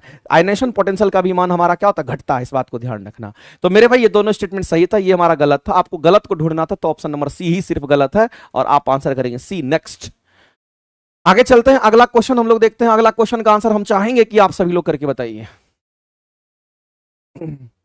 और जितने लोग लाइव देख रहे हैं सभी लोग सेशन को मेरे भाई एक बार जरूर लाइक किया कीजिए, लाइक भी कीजिए, शेयर भी कीजिए, ठीक है। चलिए आगे चलते हैं। कह रहा है कि हमारे दंत क्षय में अम्ल उत्तरदायी होता है। बिल्कुल सही बात। आप खाना खा करके छोड़ देते हैं, आप खाना खा करके छोड़ देते हैं तो खाना क्या होता है, सड़ता गलता, बैक्टीरिया सराता गलाता, वो एसिडिक हो जाता है। और अगर 2-4 दिन तक अगर मुंह नहीं धोइएगा तो आपका इतना मुंह एसिडिक हो जाएगा कि दांत आपके पीले होकर के टूट जाएंगे। तो मेरे पास दंत क्षय होने का कारण क्या है, तो कहेंगे हमारा अम्लीयता, अम्ल ये उसके लिए उत्तरदायी है। सही बात है। और हम लोग जब खाना खाते हैं, इसलिए कहा जाता है कि अगर खाना खा करके रात में सोने से पहले आप ब्रश कर लीजिएगा तो फिर आपका मुंह एसिडिक नहीं होगा और दांत झड़ने की संभावना कम हो जाती है। तो दांत के मध्य में फंसे खाद्य पदार्थ हमारे अम्लीय निर्मोचित करता है, ये अम्ल बनाता है। और जब अम्ल बनाता है तो मेरे भाई जाहिर सी बात है ये हमारा क्या होगा, तो कहेंगे ऐसी परिस्थिति में हम कहेंगे दांतों के माध्यम में फंसे खाद्य पदार्थ अम्ल निर्मोचित करने में क्या होता है, सहायता प्रदान करता है। बिल्कुल सही स्टेटमेंट है। अब ऐसी स्थिति में अगर मान लेते हैं कि किसी का दांत अम्लीय हो गया, तो आप सुबह में क्या करते हैं, पेस्ट से मुंह धोते हैं, और जो पेस्ट होता है हमारा क्षारीय होता है, इसलिए आपका मुंह फ्रेश हो जाता है, क्योंकि अम्ल को क्षार काटता है। ये दोनों के दोनों स्टेटमेंट हमारे सही है, तो पहला और दूसरा दोनों सही है, तो आप आंसर क्या करोगे, सी करोगे, करेक्ट। अगला है मेरे भाई कि जब धातु उसके अयस्क से निष्कासित की जाती है, धातु को मेरे भाई अयस्क से क्या करते हैं, अलग करते हैं। और अयस्क कहने का मतलब जो हमारा इंप्योर मटेरियल होता है, जिसमें हमारे क्या होते हैं, बहुत सारे मटेरियल मिले हुए रहते हैं, उससे प्योर चीज को हम लोग बाहर करते हैं। तो जैसे आयरन का ओर से आयरन को अलग करना, आयरन का ओर क्या होता है, मैग्नेटाइट वगैरह को क्या बोलते हैं, आयरन का ओर होता है। हेमेटाइट क्या होता है, आयरन का ओर होता है, उसी से आयरन को अलग करते हैं। तो मेरे भाई जब भी ओर की बात करेगा, जब भी अयस्क की बात करता है, वो अशुद्ध रूप में होता है, उसी से हम लोग शुद्धियां को बाहर करते हैं, जिसको आयरन को बाहर करते हैं। तो यहां पर आपसे बोला गया है कि एक धातु जिसको अयस्क से निष्कासित की जाती है, तो बताइए वैसी परिस्थिति में बोला गया है कि जिसमें सिलिका अशुद्धि के रूप में उपस्थित होता है। तो मेरे भाई मैंने आपको क्या बोला कि जब कभी भी आप क्या करते हैं, जब कभी भी जब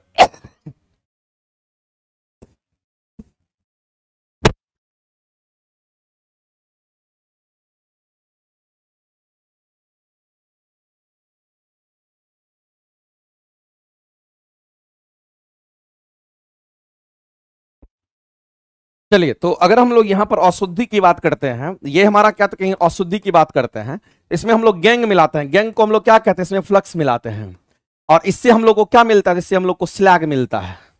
अब समझना गौर से मेरे भाई, जो अशुद्धियां है वो सिलिका है, ये अशुद्धियां हमारा क्या कहेंगे, ये हमारा सिलिका है। सिलिका को सिलिकॉन डाइऑक्साइड कहते हैं। और हम लोग जानते हैं, एक लाइन याद रखिएगा, ये कंसेप्ट सबको पता होगा कि जो धातु के ऑक्साइड होते हैं वो कैसे होते हैं, धातु के ऑक्साइड कैसे होता है, क्षारीय प्रकृति का होता है। और ये भी पता होगा कि अधातु के ऑक्साइड कैसे होता है, ये बात पता होगा तभी ये क्वेश्चन बनेगा। अधातु के ऑक्साइड कैसे होते हैं, तो अधातु के ऑक्साइड अम्लीय होते हैं। और हम लगातार आपको क्लास में, थ्योरी की क्लासेस में भी ये चीज पढ़ा है, याद कीजिएगा जो लोग थ्योरी पढ़ रहे होंगे। तो अधातु के ऑक्साइड अम्लीय होते हैं, यहां पर सिलिकॉन अधातु है, और उस अधातु के जो ऑक्साइड्स हैं ये कैसे हो जाएंगे, तो ये अम्लीय हो जाएगा। ये कैसा हो जाएगा मेरे से, किसको अलग करना है, तो हम ऐसा चीज मिलाएंगे जो क्षारीय प्रकृति का होगा, तभी वो हमारा अलग हो पाएगा। इसका मतलब अम्लीय गालक की आवश्यकता होगा उसमें मिलाने का, क्षारीय गालक की आवश्यकता होगी, तभी जाकर के हमारा निकलेगा। इसका मतलब जो फ्लक्स होगा हमारा क्षारीय गालक का होगा, और वो कैल्शियम ऑक्साइड्स या कैल्शियम हम किसकी, तो कैल्शियम कार्बोनेट की बात करते हैं या कैल्शियम ऑक्साइड्स की बात करते हैं, ये सब हमारे क्या होते थे, ये सब हमारे यहाँ पर क्षारीय गालक के रूप में होता है। इसी को हम लोग यहाँ पर इस्तेमाल करते हैं। फिर आगे चलते हैं, स्टील की कठोरता प्रदान करिए। स्टील में क्या कीजिए, कार्बन मिलाते जाइए, हार्डनेस बढ़ते जाएगा, कठोरता बढ़ते जाता है। जितना कम कार्बन होगा उतना ही मुलायम है मेरे भाई, कम ही तापमान पर पिघल जाता है, क्योंकि इसका मेल्टिंग पॉइंट बहुत कम होता है। इसका गलनांक जो होता है, इसका गलनांक बिंदु की अगर बात करते हैं, इसका गलनांक बिंदु बहुत कम होता है, इसके गलनांक बिंदु बहुत कम होता है, ये बात आप सभी को पता होगा। और गलनांक बिंदु कम क्यों होता है, इसके पीछे भी रीजन है। इसका अगर कारण पूछता है कि गलनांक बिंदु कम क्यों होता है, तो मेरे भाई इसमें टीन की मात्रा ज्यादा होती है, एसएन की जो मात्रा है ये ज्यादा होती है। और टीन की मात्रा जैसे ही ज्यादा आप डालेंगे तो मेल्टिंग पॉइंट को कम कर देता है, जल्दी पिघल जाएगा। तो टीन की मात्रा ज्यादा होती है, और ये लगभग कितना, तो कहते हैं इसमें 67% होता है। बचा हुआ किसमें, तो कहेंगे हमारा यहां पर 67 ये हो गया, तो ये हमारा कितना, 33% हमारा बच जाता है। इसके हिसाब से हम लोग रेशियो देख लेते हैं।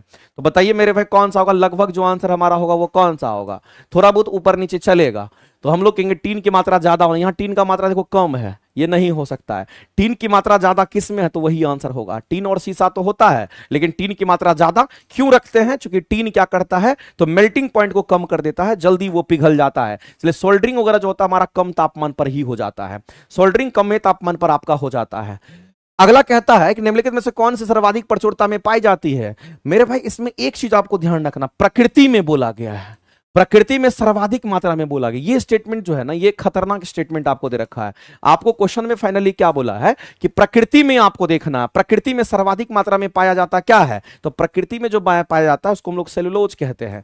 और सेलुलोज हमारा होता है, हम लोग जानते हैं जो प्लांट वगैरह होता है उसकी कोशिका भित्ति में हमारा होता है। हम सभी लोग जानते हैं मेरे भाई जो पौधे की कोशिका भित्ति होती है, पौधे की अगर कोशिका भित्ति की अगर हम बात करते हैं, तो पौधे की जो कोशिका भित्ति होती है वो किसकी बनी होती है, तो पौधे की कोशिका भित्ति सेलुलोज की बनी होती है, और ये नेचुरली हमारा सबसे अधिक होता है।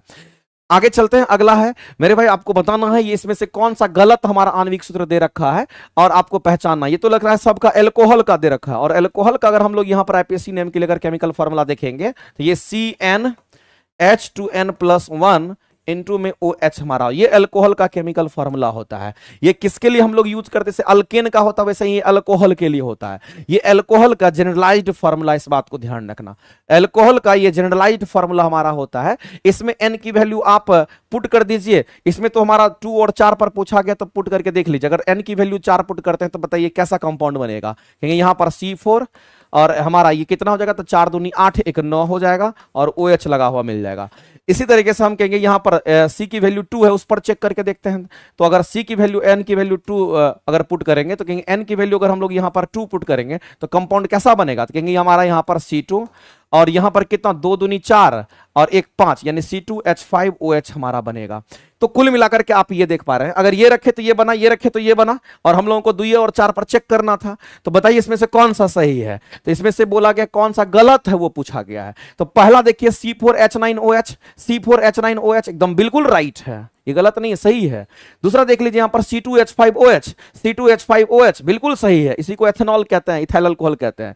मेथनॉल जो हमारा होता है वो हमारा CH3OH होता है। ये तो ऐसे ही नाम से पता चल रहा है कि ये C2 कैसे हो जाएगा, ये गलत है और ऐसा कोई कंपाउंड नहीं। आप 2 पर अगर चेक करिएगा तो ये चीज बनता है। तो हम लोग जानते हैं मेरे भाई हमारा 2 पर अगर करेंगे तो 2 कार्बन का होगा, लेकिन हाइड्रोजन कितना होगा, तो कहेंगे 5 गो होता है। और जब हम लोग मेथनॉल की बात करते हैं, जो मेथनॉल हमारा होता है इसका केमिकल फॉर्मूला क्या होता है, तो आप सभी लोग जानते हैं इसका केमिकल फॉर्मूला CH3OH हमारा, इसको मिथाइल अल्कोहल कहते हैं। यही जहरीली शराब होता है, जबकि ये शराब होता है।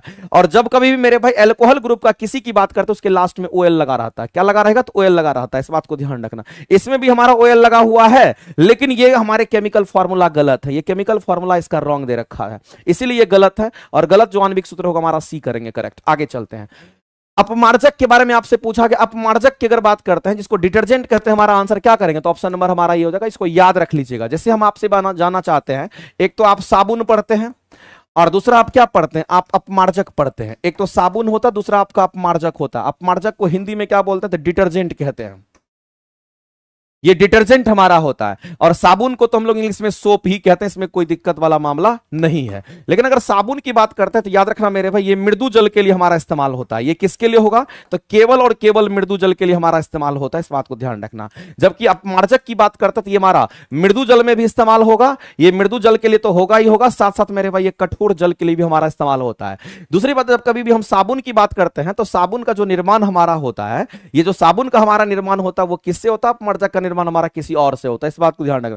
इसमें ट्राइग्लिसराइड में जब हम लोग NaOH मिलाते हैं तो वैसी परिस्थिति में ग्लिसरॉल और साबुन हमारा मिलकर के आता है। और साबुन का केमिकल फॉर्मूला हमारा अलग होता है, उसी तरह से उसका भी केमिकल फॉर्मूला हमारा अलग होता है। तो केमिकल फॉर्मूला साबुन का क्या होता है, हम थोड़ा सा लिख देते हैं। जो काम का चीज है वो हम लिख देते हैं, क्योंकि आपको वो चीज याद रखना चाहिए। अगर हम यहां पर किसकी बात कर रहे हैं, तो हम साबुन की बात कर रहे हैं। तो साबुन का जो केमिकल फॉर्मूला हमारा होता है वो हमारा कितना, तो कहेंगे C17, यहां पर H35 और COONA हमारा ऐसा होता है। इसी के बेस में मेरे भाई हमारा क्या होता है, अपमार्जक का भी हमारा केमिकल फॉर्मूला होता है। और यही केमिकल फॉर्मूला हमारा लिखा हुआ है RC6H4SO3Na हमारा इस फॉर्म में हमारा होता है। तो मेरे भाई ये जो फॉर्मूला दे रखा है ना, ये अपमार्जक का है। इस बात को ध्यान रखेंगे। साबुन का अलग होता है। अगला हमारा है, बताइए इसके लिए कह रहा है कि ध्वनि की तीव्रता की बात कर रहा है। जब भी ध्वनि की तीव्रता कैलकुलेट करते हैं तो वाट पर मीटर स्क्वायर होता है।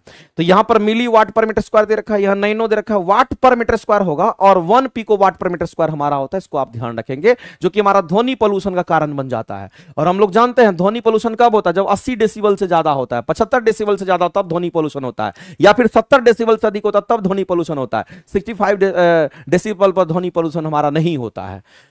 आगे बोला गया मेरे भाई, कोयला कह रहा कि कास्ट कोयला बनाने के लिए, कोयला बनाना क्या करता है, लकड़ी को जलाते हैं। लकड़ी को हम ऐसे जलाएंगे इन ऑब्सेंस ऑफ ऑक्सीजन, यानी ऑक्सीजन की जितनी मात्रा उसको चाहिए उतना नहीं देंगे, तब मेरे पास कोयला लकड़ी पूरा नहीं जलेगा। जब लकड़ी पूरा नहीं जलेगा तो वही कोयला बन जाता है।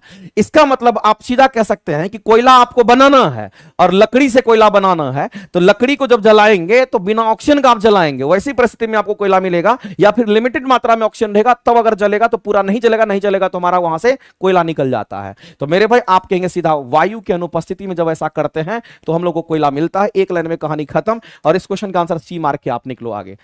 एक ही पादप के एक पुष्प की अगर हम बात करते हैं तो एक ही पादप के एक पुष्प में मेरे भाई प्लांट सेम है और पुष्प भी हमारा सेम है, तो एक ही पादप के पुष्प के परागकोश से दूसरे पुष्प के वर्तिकाग्र की बात करते हैं, दूसरे पुष्प के वर्तिकाग्र की अगर बात करते हैं उसमें परागकण का जो स्थानांतरण होता है उसको क्या कहलाता है। तो एक लाइन में आप जान लीजिए मेरे भाई, ये कहना क्या चाहता है कि जैसे मान लेते कि ये हमारा प्लांट है, जैसे मान लेते हैं कि ये हमारा प्लांट है, तो ये हमारा प्लांट है, इसमें मान लेते हैं कि ये हमारा क्या था, परागकोश है, और इसमें मान लेते हैं कि ये हमारा क्या है, इस तरीके से हम लोग कहते हैं कि ये हमारा ऐसा है, तो इसी में ये परागकोश में परागकण होगा, इसी से इसी में हमारा होता है। एक्चुअली में आपसे क्या कहा गया है कि एक ही पादप के एक पुष्प का दूसरे पुष्प के साथ, एक पुष्प और दूसरे पुष्प के साथ अगर हमारा क्या करता है, दूसरा भी हमारा होगा, ये पुष्प होगा और ये भी हमारा इसी में करता है, इस तरह से। तो एक बात ध्यान रखना, पुष्प एक ही है, फूल एक ही है, उसमें उसी के अंदर में हमारा ये हो रहा है, जिसको हम लोग क्या बोलते हैं, सब सेल्फ पॉलिनेशन कहते हैं। लेकिन यहां पर अगर दो गो फूल होता, एक और फूल हमारा होता, उससे इसमें अगर होता उसको क्रॉस पॉलिनेशन कहते हैं। तो पर परागन नहीं होगा, यहां पर स्व परागन हमारा होगा। पर परागन के लिए दो पौधा अलग अलग होना चाहिए था, लेकिन अगर एक ही में सब कुछ हो रहा है, इसका हम लोग इसको सेल्फ पॉलिनेशन कहते हैं। तो मेरे भाई इस बात को आप ध्यान रखना, ये सेल्फ पॉलिनेशन का एग्जांपल है, और सेल्फ पॉलिनेशन को इंग्लिश में यहां पर क्या बोल दिया गया है, स्वजातीय पुष्पी परागन बोल दिया गया है। होमोसेक्सुअल पॉलिनेशन इसको हम लोग कहते हैं। इसका मतलब इस क्वेश्चन के जो आंसर करने के लिए जाएंगे तो ऑप्शन नंबर बी आपका राइट हो जाएगा। मेरे भाई पर परागन तो किसी पर निषेचन नहीं हो, क्रॉस पॉलिनेशन में होता है। ये सब तो हमारा हो भी नहीं करेगा, तो आंसर करेंगे हमारा ये जो दो है, ये हमारा सिर्फ यहां पर सही है, और आंसर जो हम लोग को करना है वो कौन सा ऑप्शन करेंगे, तो केवल दो ही सही है, तो केवल दो हमारा यहां पे सही है। इस क्वेश्चन के आंसर मेरे भाई हम लोग बी राइट आंसर करेंगे। नेक्स्ट आगे चलते हैं। मानव गुर्दे से बनने वाली पथरी जो होती है वो किसकी होती है, तो पथरी हम सभी लोग जानते हैं कैल्शियम ऑक्जिलेट का होता है। कैल्शियम ऑक्जिलेट से पथरी बनता है, तो कहां है कैल्शियम ऑक्जिलेट हमारा हो जाएगा। ये हमारा फर्जी इंफॉर्मेशन है, तो आप सीधा कहेंगे जब कभी भी हमारे शरीर के अंदर पथरी बनता है, तो पथरी जो बनता है वो हमारा किससे बनता है, तो कहेंगे कैल्शियम ऑक्जिलेट हमारा पथरी ही है। कैल्शियम ऑक्जिलेट अगर बन गया तो वही पथरी है, इस बात को आप ध्यान रखना। और जनरली आपको ध्यान रखना है, अगर हम पालक की बात कर लेते हैं या फिर अगर हम लोग टमाटर के बीज की बात कर लेते हैं, तो पालक या टमाटर के जो बीज होते हैं, इस पालक या टमाटर के बीज में क्या होता है, कहेंगे इसी में हमारा ऑक्जिलिक एसिड होता है। और कई बार क्वेश्चन ये पूछता भी है कि इसमें ऑक्जिलिक एसिड किसमें होता है, यही ऑक्जिलिक एसिड क्या करता है, तो हमारे शरीर में कैल्शियम के साथ प्रतिक्रिया करता है। कैल्शियम के साथ क्या करेगा, तो ये कैल्शियम के साथ ये रिएक्शन करता है, और कैल्शियम के साथ जब रिएक्शन करेगा तो ये कैल्शियम ऑक्जिलेट बनाता है। यही क्या बनाते, कहेंगे यहां पर कैल्शियम ऑक्जिलेट बनाता है। और जब ये कैल्शियम ऑक्जिलेट हमारा बनता है तो यही पथरी का निर्माण करता है, यही पथरी का निर्माण करता है, यही कैल्शियम ऑक्जिलेट पथरी का निर्माण करता है। इस बात को आप इतना ही ध्यान में रख लीजिए, काम आपका चल जाएगा। तो मेरे भाई तो हम लोग सीधा कहेंगे कैल्शियम ऑक्जिलेट के कारण होगा, तो यानी ये तो सही है। इस क्वेश्चन के अगर आंसर करने के लिए जाएंगे तो ऑप्शन नंबर यहां है, केवल 1 सही है।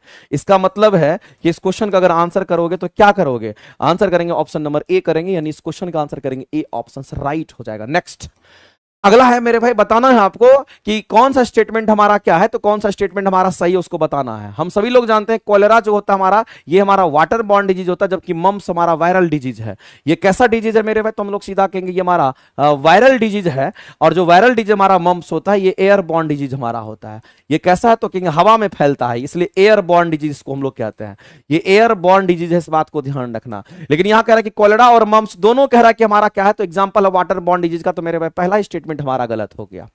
न्यूमोनिया की बात करते हैं, न्यूमोनिया की बात करते हैं मेरे भाई, जो फेफड़े में होता है बीमारी, ने सांस लेने में प्रॉब्लम होता है, ये बच्चों में ये बीमारी होता है। और कोविड तो हमारा होता है water borne, sorry air borne disease, influenza भी हमारा एयर बॉर्न, ये सब हमारा क्या होता है, कहेंगे एयर बॉर्न डिजीज होता है। ये स्टेटमेंट सही है, पहला गलत दूसरा सही है। बताइए इसमें से क्या पूछा, कौन सा सही है, तो केवल और केवल 2 सही है, आंसर करेंगे सी। नेक्स्ट आगे चलते हैं। भारत में निम्न प्राणियों में मेरे भाई हम लोग को कहना है कि कौन सा संकटापन जाति होता है। संकटापन कहने मतलब जो अब खत्म हो रहा है, जिसकी मात्रा अब कम हो रही है, जो जिसकी संख्या कम हो रही है। इंडेंजर्ड प्राणी की अगर हम बात करते हैं, जैसे बाघ हो गया, शेर हो गया, चीता हो गया, ये सब तो अब कम होते जा रहा है धीरे धीरे, वन की कटाई हो रही है, धीरे धीरे ये खत्म हो रहा है।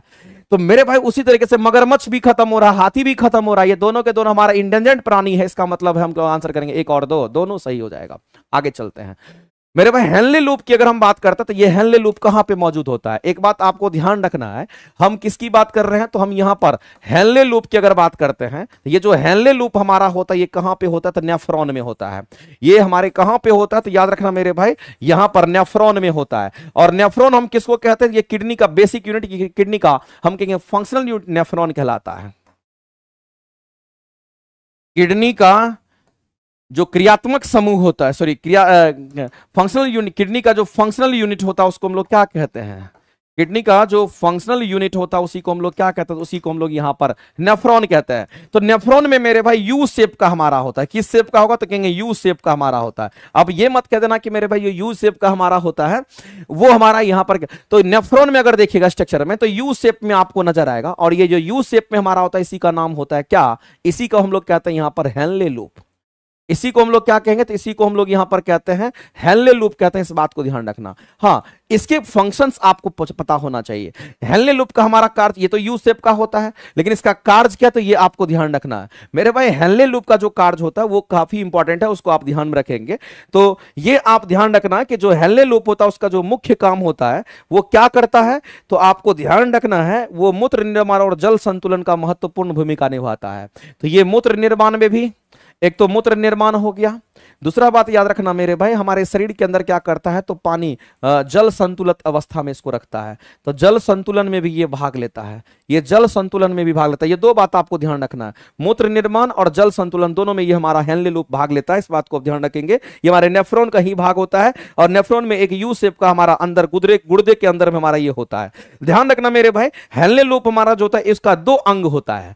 हेनले लूप का दो अंग होता है। इसके कितने अंग होंगे? इसके दो अंग होते हैं। इस बात को ध्यान रखना, इसके दो अंग होते हैं। और ये जो दोनों अंग हमारा होता है वो कैसा होगा? तो एक को बोलते हैं आरोही अंग, एक को हम लोग क्या कहते हैं? इसको आरोही अंग कहते हैं। और एक हमारा कैसा होता है? इसको अवरोही अंग कहते हैं।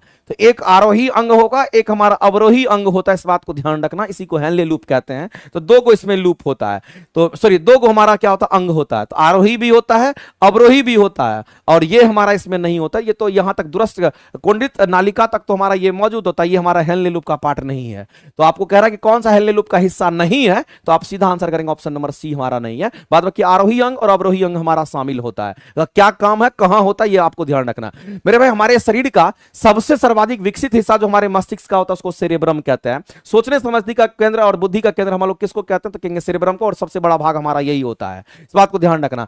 अगर हम लोग यहां पर डायएन्सेफेलॉन की अगर बात करते हैं तो ये भी हमारे फोर ब्रेन के नीचे होता है, और फोर ब्रेन के जो नीचे होता है तो यही क्या करता है? तो जो भी सिग्नल पास करता है वो हमारा यही सिग्नल पास करता है। ये सबसे छोटा हमारा ब्रेन का सबसे छोटा भाग, ये ब्रेन का सबसे बड़ा भाग, ये हमारे अग्र मस्तिष्क में होता है, ये हमारे पश्च मस्तिष्क में होता है। इस बात को आप सभी लोग जानते होंगे। नेक्स्ट, निम्न में से बोला कि मादा जनन तंत्र का कौन सा भाग नहीं है? तो आप लगातार पढ़ रहे हैं, आप सबको पता होगा कि जो अंडाशय ओवरी होता है ये मादा जनन तंत्र का भाग है। गर्भाशय भी हमारा होता है, लेकिन जो वैस डिफरेंस है, जो पतली सी नसें होती है जिससे शुक्राणु हमारा स्पर्म कहेंगे टेस्टिस से बाहर जाता है, उसको वैस डिफरेंस कहते हैं। तो ये मेल रिप्रोडक्टिव सिस्टम का पार्ट है, तो ये मेल का पार्ट होता है। इस बात को आप ध्यान रखना, और इस क्वेश्चन का आंसर करेंगे ये हमारा मेल का पार्ट है, तो ये हमारे फीमेल का पार्ट नहीं है। इस बात को ध्यान रखना और यही आंसर करेंगे। अगला, शुक्राणु द्वारा अंडे का निषेचन हमारे किस भाग में होगा? जब भी निषेचन की क्रिया होती है तो फैलोपियन ट्यूब में होता है, जिसको हम लोग यहां पर अंडवाहिनी भी कहते हैं और फैलोपियन नालिका भी कहते हैं। आपको कल भी बताए थे। चलिए आगे चलते हैं। अगला मेरे भाई, ये क्वेश्चन थोड़ा सा आपको बताने लायक है, इसमें कुछ चीज आपको याद रखना है। जैसे हम लोग बात करते हैं किसके बारे में? एक संकर क्रॉस की बात करते हैं, इसको मोनोहाइब्रिड कहते हैं। इसको हम लोग क्या कहेंगे? तो इसको हम लोग यहां पर मोनोहाइब्रिड की बात करते हैं। अगर हम मोनोहाइब्रिड की बात करें, एक संकर इसी को कहते हैं। तो इसमें हमारा दो तरह का हमारा ये होता है, एक तो हमारा फिनोटाइप हमारा जीन होता है, एक हमारा जीनोटाइप होता है। तो इसमें आपको ध्यान रखना है, एक तो हमारा इसमें कैसा होगा? कहेंगे फिनोटाइप जीन होता है। दूसरा हमारा कैसा होगा? एक तो फिनोटाइप हमारा जीन हो गया, और दूसरा हमारा कैसा होगा? कि हमारा यहां पर जीनोटाइप हमारा होता है। ये हमारा जीनोटाइप हमारा जीन होता है। अगर फिनोटाइप जीनोटाइप की बात करते हैं तो ये रेशियो आपको याद रखना पड़ेगा मेरे भाई। फिनोटाइप का जो रेशियो होता है ये 3:1 होता है। जीनोटाइप का रेशियो होता है 1:2:1 होता है, याद रखना पड़ेगा। इसी तरीके से अगर हम लोग मोनोहाइब्रिड के बाद अगर हम लोग यहां पर डायहाइब्रिड की अगर हम बात करते हैं तो याद रखना इसमें भी हमारा फिनो और यहां पर हमारा जीनोटाइप होता है। तो इसमें अगर हम लोग फिनोटाइप की अगर हम बात करते हैं तो ये जो फिनोटाइप हमारा होता है वो कितना होगा? तो इसका रेशियो याद रखना है। इसके लिए फिनोटाइप का रेशियो हमारा 9:3:3:1 होता है। 9:3:3:1 हमारा 1 होता है। लेकिन इसके लिए अगर आपको ध्यान रखना है तो जो जीनोटाइप का रेशियो हमारा होता है वो कितना होता है? तो याद रखना इसके लिए हमारा 100 कहेंगे यहां पर क्या? तो 121, 242 और 121 याद रखना। और इसी में आप क्या कीजिए? तो आप इसी में रेशियो वाला सिंबल लगा दीजिए। 121, 242, 121 में आप क्लिक कीजिए, ऐसे लगा दीजिए, ये हमारा जीनोटाइप का होता है।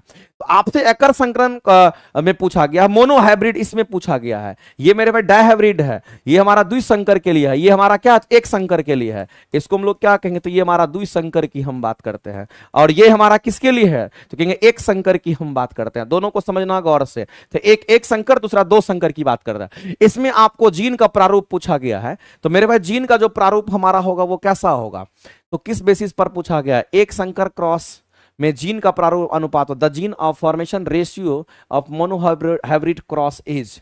बताइए मेरे भाई, इसमें क्लैरिफिकेशन नहीं है, इस क्वेश्चन में इसमें क्लैरिफिकेशन नहीं है, तो इसमें तो हमारा ये भी हो सकता है, इसमें हमारा ये भी हो सकता है, और इसमें हमारा ये भी हो सकता है, ये दोनों हमारा पॉसिबिलिटी है ना, तो ये तो हमारा नहीं होगा। जब दोनों पॉसिबिलिटी है तो एक से अधिक आप टिक आउट कीजिए, क्योंकि दोनों आप देख रहे हैं ना, इस रेशियो को याद रख लीजिए। आगे चलते हैं, रटना नहीं है, ये नहीं कि आंसर जो दे रखा वही होगा, अपने हिसाब से आप आंसर करिएगा, क्वेश्चन में कुछ कुछ एरर रहता है।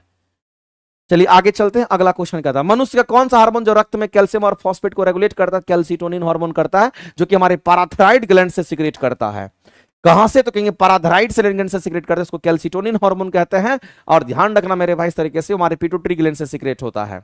आगे चलते हैं, चमगादड़ के माध्यम से परागण किसमें होता है, तो याद रखना एक प्लांट का नाम है जिसको किजेलिया कहते हैं। किजेलिया जो होता है ये एक पौधे का नाम है, उसमें चमगादड़ के कारण ही हमारा क्या होता है, पॉलिनेशन होता है। अगला है कि ऊर्जा उत्पादन के लिए कोशिका प्राय किसका उपयोग करती है। मेरे भाई हम सभी लोग जानते हैं कि जो एनर्जी उत्पादन की बात कर रहा है, और कोशिका प्राय किसका उपयोग करती है, तो जानते हैं हम लोग, जैसे कि मान लेते माइटोकॉन्ड्रिया है, तो माइटोकॉन्ड्रिया में श्वसन की क्रिया होती है, तो माइटोकॉन्ड्रिया में श्वसन की क्रिया होती है तो कौन टूटता है, तो कहेंगे ग्लूकोज टूटता है, और ग्लूकोज टूटता है तो क्या बनता है, तो पायरुविक एसिड बनता है, फिर पायरुवेट बनता है, तब जाकर के एटीपी में ऊर्जा का निर्माण होता है। इसका मतलब कहीं ना कहीं ये समझ में आ रहा है कि जब कभी भी आपको बोलता है कि ऊर्जा उत्पादन के लिए कोशिका प्राय किसका इस्तेमाल करती है, तो आप कहेंगे ग्लूकोज का इस्तेमाल करती है। तो ये हमारा एनर्जी देता है, लेकिन इसका इस्तेमाल थोड़ी करता है कोशिका, हम कहेंगे ग्लूकोज का इस्तेमाल करता है, और माइटोकॉन्ड्रिया वगैरह में देखने को ये चीज मिल जाता है। रोग जो किसी विशेष क्षेत्र में, तो किसी विशेष क्षेत्र में बोला गया है, और गंभीर रूप से हमारा कमोबेश लगातार वर्ष दर वर्ष हमारा प्रकट होता है, तो विशेष क्षेत्र मतलब किसी स्पेसिफिक एरिया में अगर होता है तो उसको हम लोग क्या कहते हैं, इसको एंडेमिक कहते हैं। लेकिन अगर मान लेते हैं वाइड एरिया में सभी तरफ से, जैसे कि आप कोरोना की बात करते हैं, कोरोना चारों तरफ पूरा देश विदेश सब जगह फैल गया तो उसको पेंडेमिक कहते हैं। तो मेरे भाई ये वाइड एरिया में हमारा होता है, ज्यादा एरिया में होता है, उसको पेंडेमिक कहते हैं। अगर वाइड एरिया